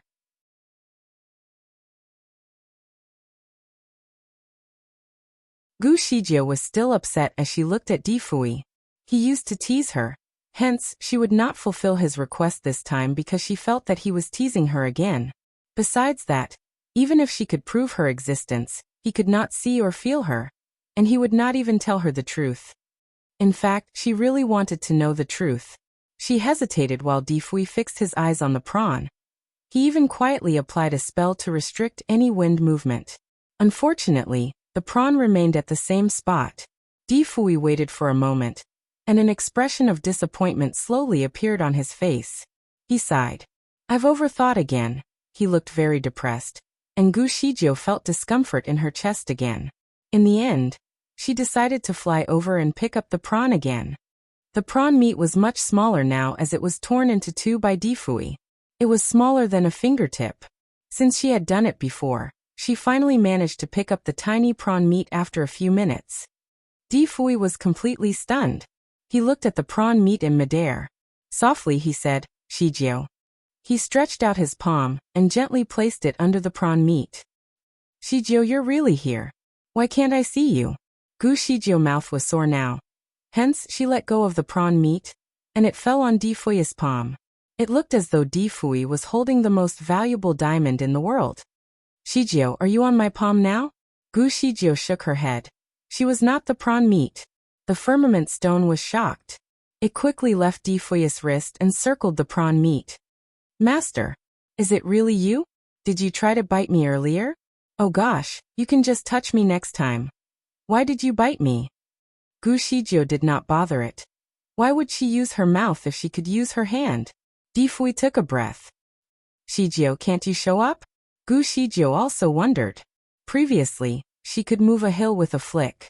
However, picking up a tiny piece of prawn meat was as exhausting as moving a hill without her spiritual power. Di Fui seemed to have thought about something. He lifted his hand, and it looked like he was performing a spell.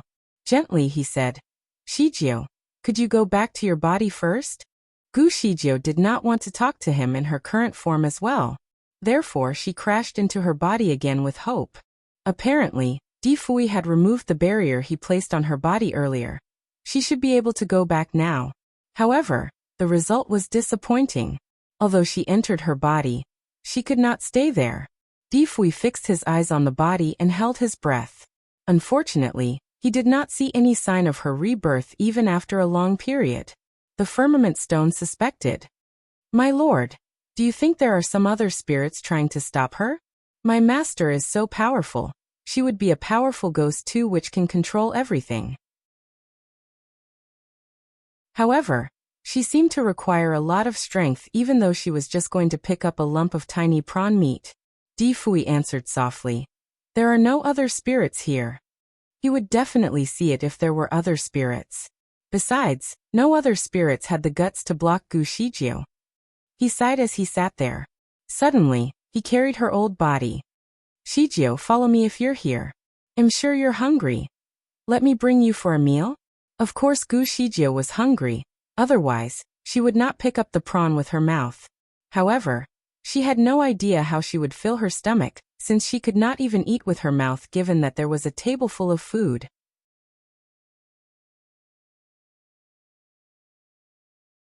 Gu Shijiu had overworked herself earlier.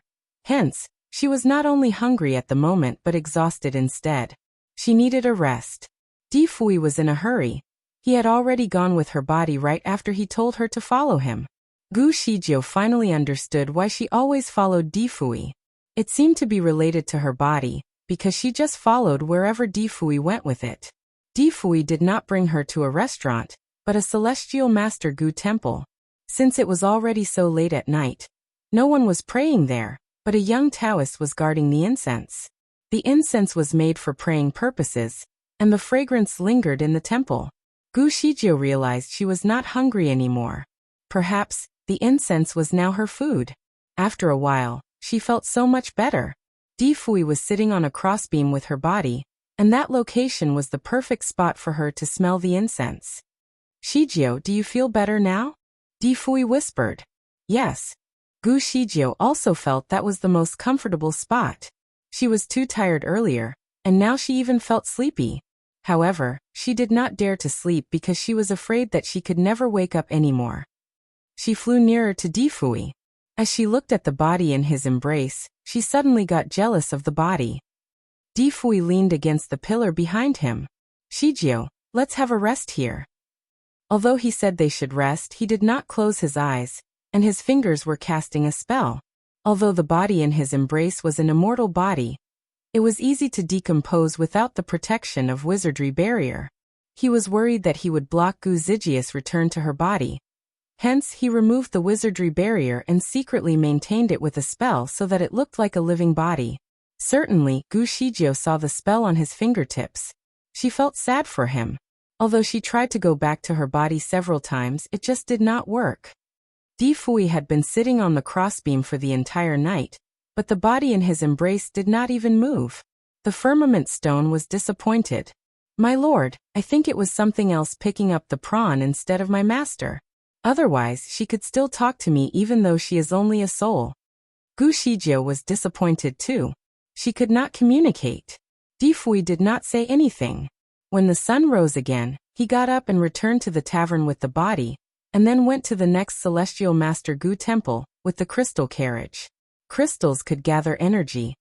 Hence, Gu Shijiu did not feel hungry at all when she was in the carriage.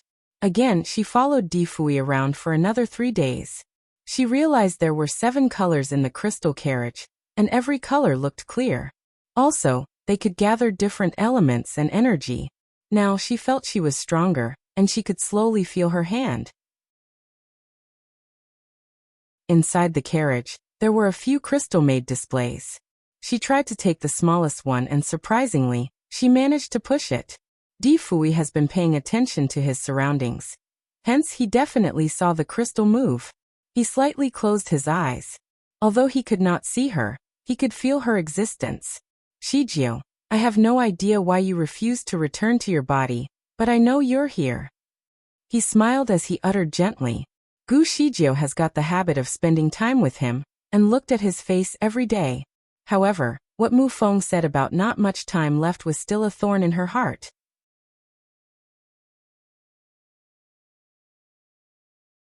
Gu Shijiu did not feel easy, and wanted to know the truth. However, Mu Feng had never discussed the topic with Di Fui, and she could not see anything through his facial expression. Since the crystal carriage and the numerous celestial master Gu temples could help her recover faster, she tried to stay in these 2 places as much as possible. When Di Fui brought her around on this continent, she noticed that the temples were built at the places with the richest spiritual power. Every time she went to the place, her condition improved. On the 5th day, she was able to control her own hands. Although she was still unable to pick up anything, She felt good being able to feel their existence. She met her old friends here at one of her temples. It was Lan Weihu and Yenchen. They came to the temple with incense too. Lan Weihu looked at the statue and sighed as she looked back at Yenchen. It looks so much like her. Yenchen, who stood by her side, also sighed. Brother Yen, do you know why the Lord built these temples for Shijiao? To give her blessings, I guess? Yenchen burned a fragrant incense and inserted it into the incense burner. I miss Shijiao. Unfortunately, she has been with the Lord these days and does not want to meet us. I would have died without her this time. Lan Weihu was still frightened about the incident. Yenchen patted her hand and handed her a joss stick. Come on, let's pray for Shijiao too. Lan Weihu also lit up the joss stick, and she put both her palms together. Shijiao, I have already cancelled the engagement with Lan Yu. I never thought that it could be done so easily. After I woke up, Lan Yu come to me personally. I thought he was going to catch me back to get married. I was so scared. Brother Yenchen even took him out to fight with him 1-to-1. I did not know where they went to fight. It was strange. Brother Yenchen had a lower capability than him, and he was injured. However, Lan Yu was still badly beaten by Brother Yenchen until his nose was swollen. When he came back, he simply cancelled the engagement with me. She whispered to the statue and muttered about the story. Yenchen sighed and said, Weihu Lan Yu hid his skills. In fact, he is highly capable. It was only after they formally fought that Yenchen realized that Lan Yu's skills were incredibly high. He should be very close to a level 10 spiritual power. Lan Yu just said one sentence before they fought. If you can beat me, I will cancel my engagement with her. Thus, Yenchen fought ferociously. Lan Yu was serious too. He knocked Yenchen down several times, and on a few occasions, he almost took Yenchen's life. However, Yenchen never gave up. Whenever he was down, he would get up immediately and fight again. In the end, Lan Yu laughed as he was bruised by Yenchen. He jumped away and said, Fine. It seems like you really love her. You win, I lose. Yenchen was stunned. He knew that Lan Yu actually made a concession. He did not believe that and stared Lan Yu. Are you willing to let her go? Lan Yu answered in a serious tone. Of course. If I want to get married, I can easily get a wife. Why would I force a girl who does not like me? After that, Lan Yu went looking for Lan Weihu with 2 panda eyes and a green face. He told her that he wanted to quit this triangle relationship. Lan Weihu did not know the full story. In her mind, Yenchen was the best. After experiencing this incident, the two of them finally got together again, and naturally did not want to miss each other anymore. Therefore, after Lan Weihu recovered, she got back together with Yenchen.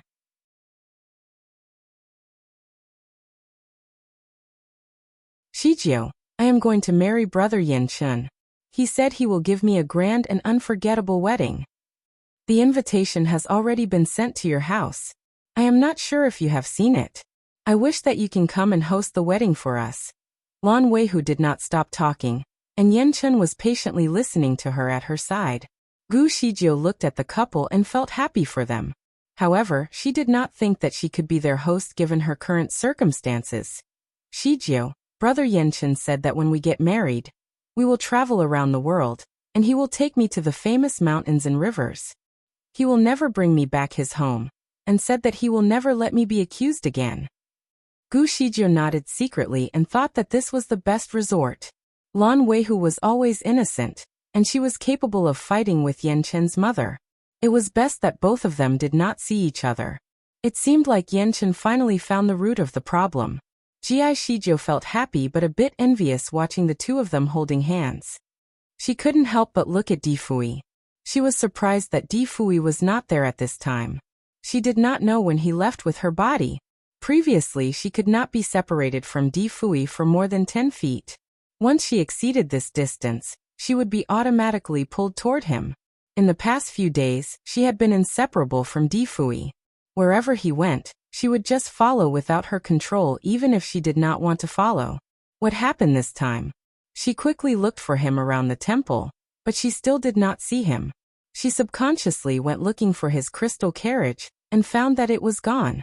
When she returned to the temple, she found that Lan Weihu had also left, and only the Taoist guard and other pilgrims remained in the ancestral hall. Gu Shijiu floated around and was puzzled. She did not know where to go at the moment. She knew that the next stop for Difui was definitely one of the surrounding Celestial Master Gu temples, but she did not know which one. She sat on a bench with her palm supporting her chin as she pondered. She was now able to sense her entire body. At this point, she finally knew that Difui had his own reason for being so difficult with her in the past. Maybe he was doing it for her. Nonetheless, although she could understand him, she had been deeply hurt, so she could not wholly forgive him at this moment. There was still grievances in her heart. These few days were tough for Gu Shijiu. She watched Difui work tirelessly for her, and also noticed that he looked rather sad. Although she felt sorry for him, she also felt happy at the same time. She had explicitly told him not to hide anything from her. She said that she would like to face any challenges or difficulties together with him. However, he still chose to take it alone, and deliberately hurt her. Had he tasted the bitterness now? Was it because of his inevitable disaster? Was he really going to die? It was impossible. She remembered the firmament stone used to tell her that the Lord was immortal, and would never get old. Besides, even if he died, he could resurrect himself. She remembered that Difui told her before that once he died in one identity, he would let go of that identity and make a new body after he rested for a few years. Moreover, what did Mo Zhao mean when he said it is actually you? Before he died? He also asked her if she understood the astrological map. Was there any hint in the astrological map? Gu Shijiu jumped in excitement. She was going to check the astrological map right away.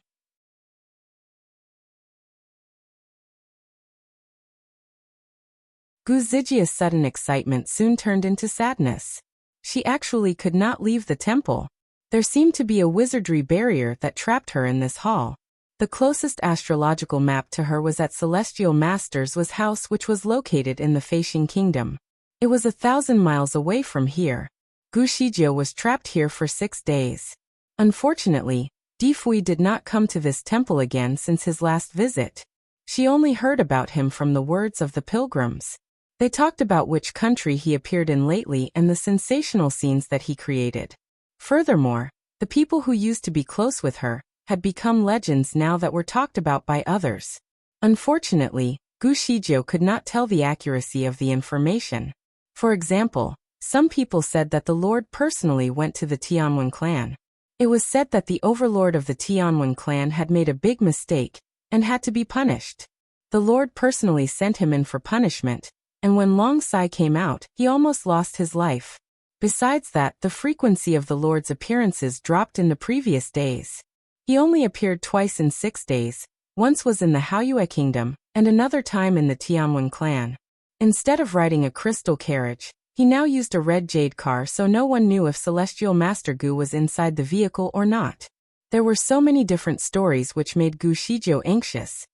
It was as if she was suffering from heartburn. The gossips reminded her of the punishment suffered by Long Sai. Seemingly it was because of her.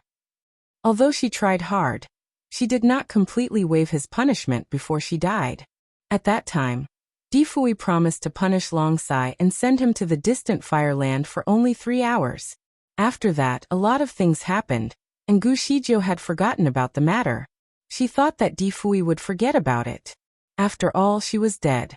This person was really strictly impartial. She was even more desperate to get out of this place now. Upon checking the wizardry barrier, she found that it seemed to be weaker. However, she was in no condition to break it now. While she was busy trying, she heard a whisper around her ears. You don't have to try anymore. If you want to get out from here, you should practice more frequently. You will be able to get out in 40 or 50 years. The voice was fluttering, and she could not differentiate if it was a male or female. She could not even guess if it was a young or old person's voice. The voice sounded like the voice she heard when she acted against destiny. At that time, she slapped the person away and fell from the clouds. She then stayed beside Difui for a long time. Was she trapped again? Who are you? Gu Shijiu asked. You don't have to know who I am. You should only practice as needed. Gu Shijiu sneered. I am very annoyed. Are you the heavenly order? She could vaguely remember that when she was shackled in the clouds, the voice said that she had violated a heavenly law. No, I am just a messenger of the heavenly order. I am also a supervisor. Gu Shijio felt a little surprised, and then she sneered again. In fact, I have been wondering, what did I do wrong? Since you are here, can you explain it to me?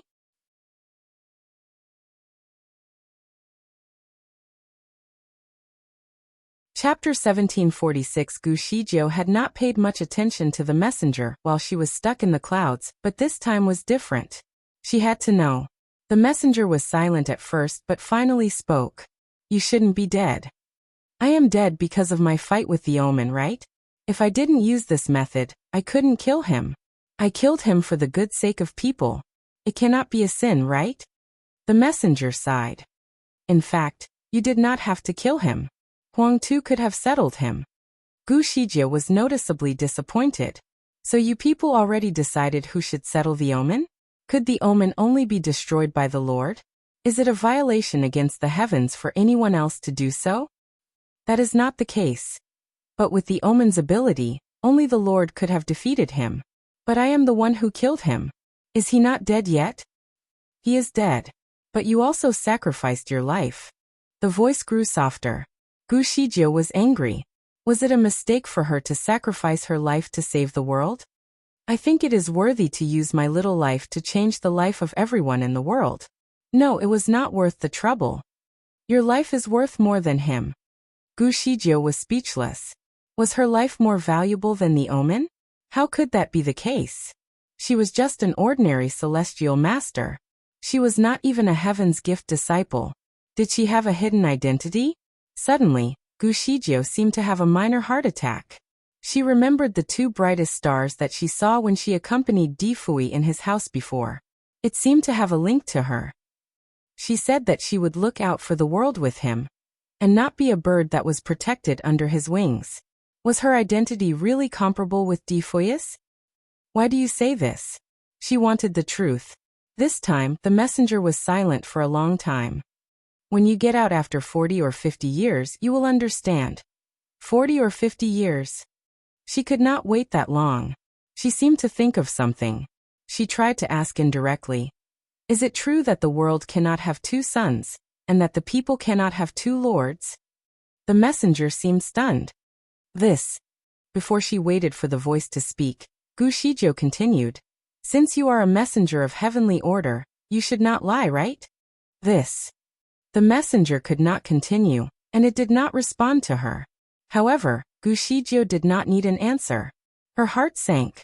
Silence at this time was almost equivalent to acknowledgement. Am I the new lord in future? Her voice sounded shaky. It was definitely not something she looked forward to doing. How could she guess it so quickly? The messenger did not even tell her anything. Anyway, it continued to remain silent. Will I replace him? Replace the Lord Huang Tu? The questions asked by Gu Shijio were getting sharper, and it was close to the core of the problem. Some key points that she could not think of seemed to be resolved. However, this was not something she personally wanted. She felt like she was being engulfed by a black hole. The truth that she managed to unravel was too cruel. She actually wanted to hear the voice to deny it. She would even laugh when it did. Sadly, no such thing happened. Instead, Mu Feng's words floated in her heart. He was running out of time.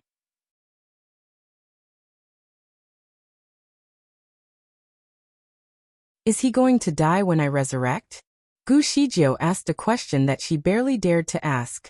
After asking this question, she subconsciously held her breath. The voice still did not speak. Her heart and body froze, and her mind went blank. It felt like she was walking into an ice cave during the winter. If that's the case, I don't want to resurrect. If she could trade her life for his, she would do it in a heartbeat. It is not under your control. His destiny has been fixed. It has nothing to do with your resurrection. If you practice diligently, you may be able to resurrect after 40 or 50 years. If you are lazy, you will only resurrect in 400 or 500 years. You can't really change that. You will be punished again if you decide to do otherwise. Gu Shijio remained silent. She hated the heavens for the first time. She closed her eyes slightly and asked, "What is God's intention? Who decided it?" The messenger chuckled. "All you humans know that no one can go against God's will. Even the fairies of the upper bound can't. Don't have second thoughts." Gu Shijio remained silent for a moment. Later she asked, "Is it true that I am not fated to be with him?" The voice went silent again. They really should not be together. Di Fui had to pay a hefty price for breaking the heavenly laws. He had acted against the will of God several times. It was almost impossible for him to master his own fate now. How many years does he still have? 50? 60? Gu Shijio continued to ask because she wanted to know if she could see him again before he died. At least he would not have to die alone. Furthermore, they would not let him die before she resurrected, right? The messenger sighed softly. "You don't have to know the answer to that question. Both of you will never see each other again. You should start to think about you are going to govern this world after your resurrection." Gu Shijio felt as though she had been punched in the face. They had no change to meet each other again? Did that mean he did not even have 40 to 50 years left? How long does he have? I just want to know how long. The voice did not respond. Gu Shijio was very frustrated. "Tell me, how long does he have?" The image of Di Fui's pale face and his white hair flashed in her mind.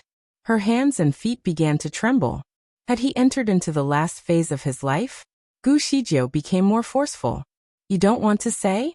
If you don't say, I am not going to practice. Even if I am resurrected, I will not do anything. I will turn into a demon and destroy the world. I will do it." The voice seemed to have regretted telling her so much. It coldly said, "If you become a demon, you will be punished." Gu Zijia's brain could not think rationally anymore. She blurted, "It doesn't matter. I am not afraid of death. Do you think I will be afraid of your punishment?" "How many years does he have? 30 or 40 years?" The voice finally answered, "No, not so many."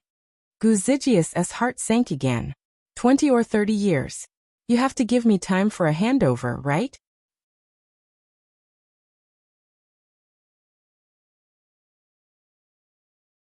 There will be an interim lord. You don't have to associate with him. Gu Shijio remained silent for a moment. Interim lord. Someone can act on my behalf? The voice did not speak. Gu Shijio reluctantly took a breath. There will be many things that he needs to teach the interim lord, and it will take many years. I feel at least 10 years or more. Does he have a decade remaining? The voice sighed. It seemed to be reluctant. Gu Shijio was anxious. How can you be so hesitant? Since I am the future lord, I should have the right to know the secrets of the heavens. The voice remained silent. According to the rules, even if it tells her now, it was not considered as leaking any secrets. Therefore, the messenger decided to speak. It spoke emotionlessly. Less than half a year. You should forget about him. It's better for you. Gu Shijio lost her mind momentarily. She was going to go crazy. Meanwhile, Long Sai looked at the apparently stiff body in front of him. He was unusually angry. It was Gu Zijia's body. It was brought by Di Fui. This guy had been carrying the corpse with him every day to show their love in front of the public. Finally, the body had disintegrated, and now he had to look for Long Sai. Long Sai could save severely wounded people, but what could he do with a corpse that had turned hard? He looked up at Di Fui. Di Fui was wearing a mask so he could not see his expression, but only a pair of eyes that looked as deep as the sea. Di Fui seemed to carry little hope and deemed Long Sai as his savior. Is there a way to recover it? Long Sai's voice was flat and cold. If this body was directly put into a crystal coffin and maintained with a secret method, it could probably be kept forever. But now, if I estimate correctly, it will be rotten in 3 days. Di Fui was shocked by the response. He took a step back and looked at the corpse. In fact, he had always used the secret method to maintain this body, so that the body could maintain its necessary vitality. He wanted to wait for Gu Shijio to resurrect in this body in future. He did not expect that this body would suddenly rot. More terribly, he could still feel her existence a few days ago. However, These few days he suddenly could not feel it. If the firmament stone never told him that Gu Shijie would resurrect after 40 or 50 years, Di Fui would definitely feel desperate. It turned out that he could not help her even with her original body. Long Sai's heart was also very uncomfortable. He had already felt like dying, and could hardly find the meaning of life. Seeing Di Fui come with this corpse did not help at all. He was at his lowest point. He disregarded the fact that Di Fui was the highly respected lord and scolded him for a long while to release the anger in his heart. Di Fui listened silently.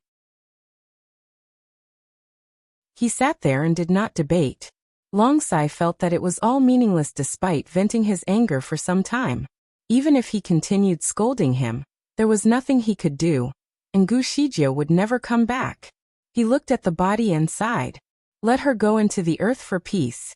In our modern world, it is important for the dead to go back to the earth peacefully. The firmament stone wondered what that meant. However, it did not dare to make any noise. It was its idea to create a crystal carriage and the temples. In the end, they could not resurrect her. And now even her body could not be salvaged.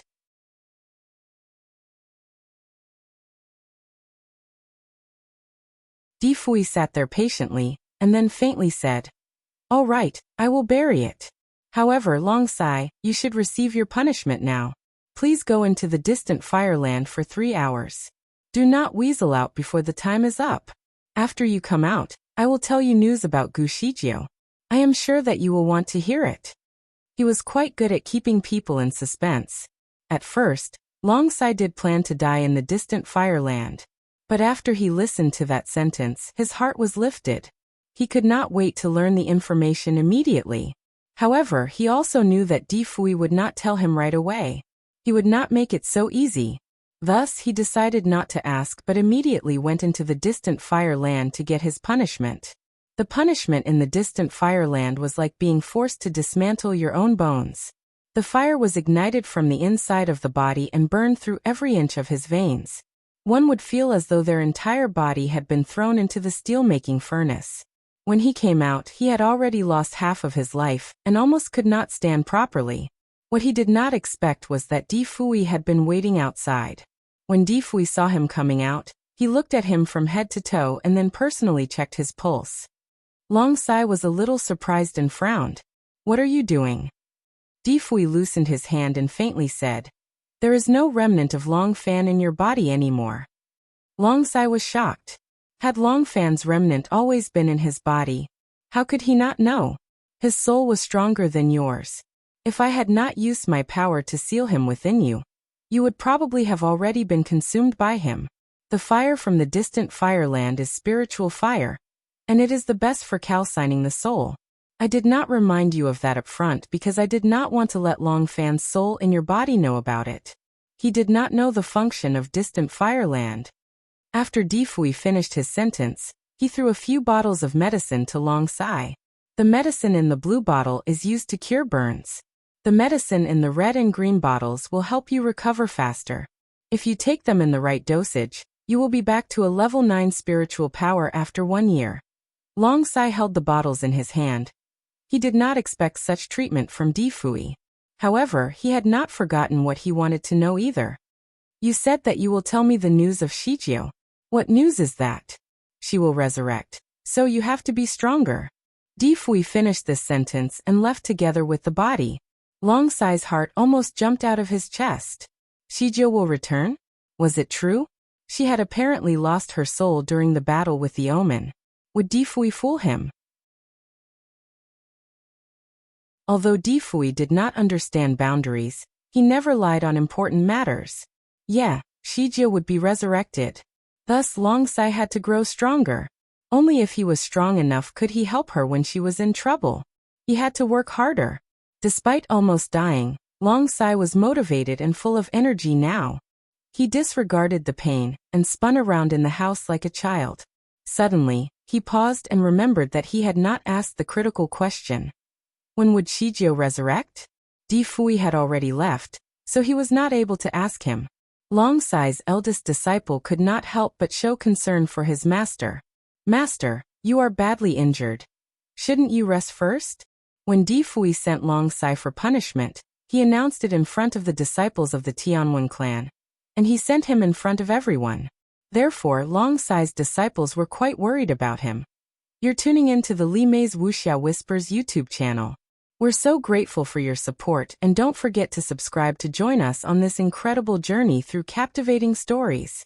Your generosity through donations truly makes a world of difference, as it's the primary source of revenue that allows me to expand and enhance this channel for you.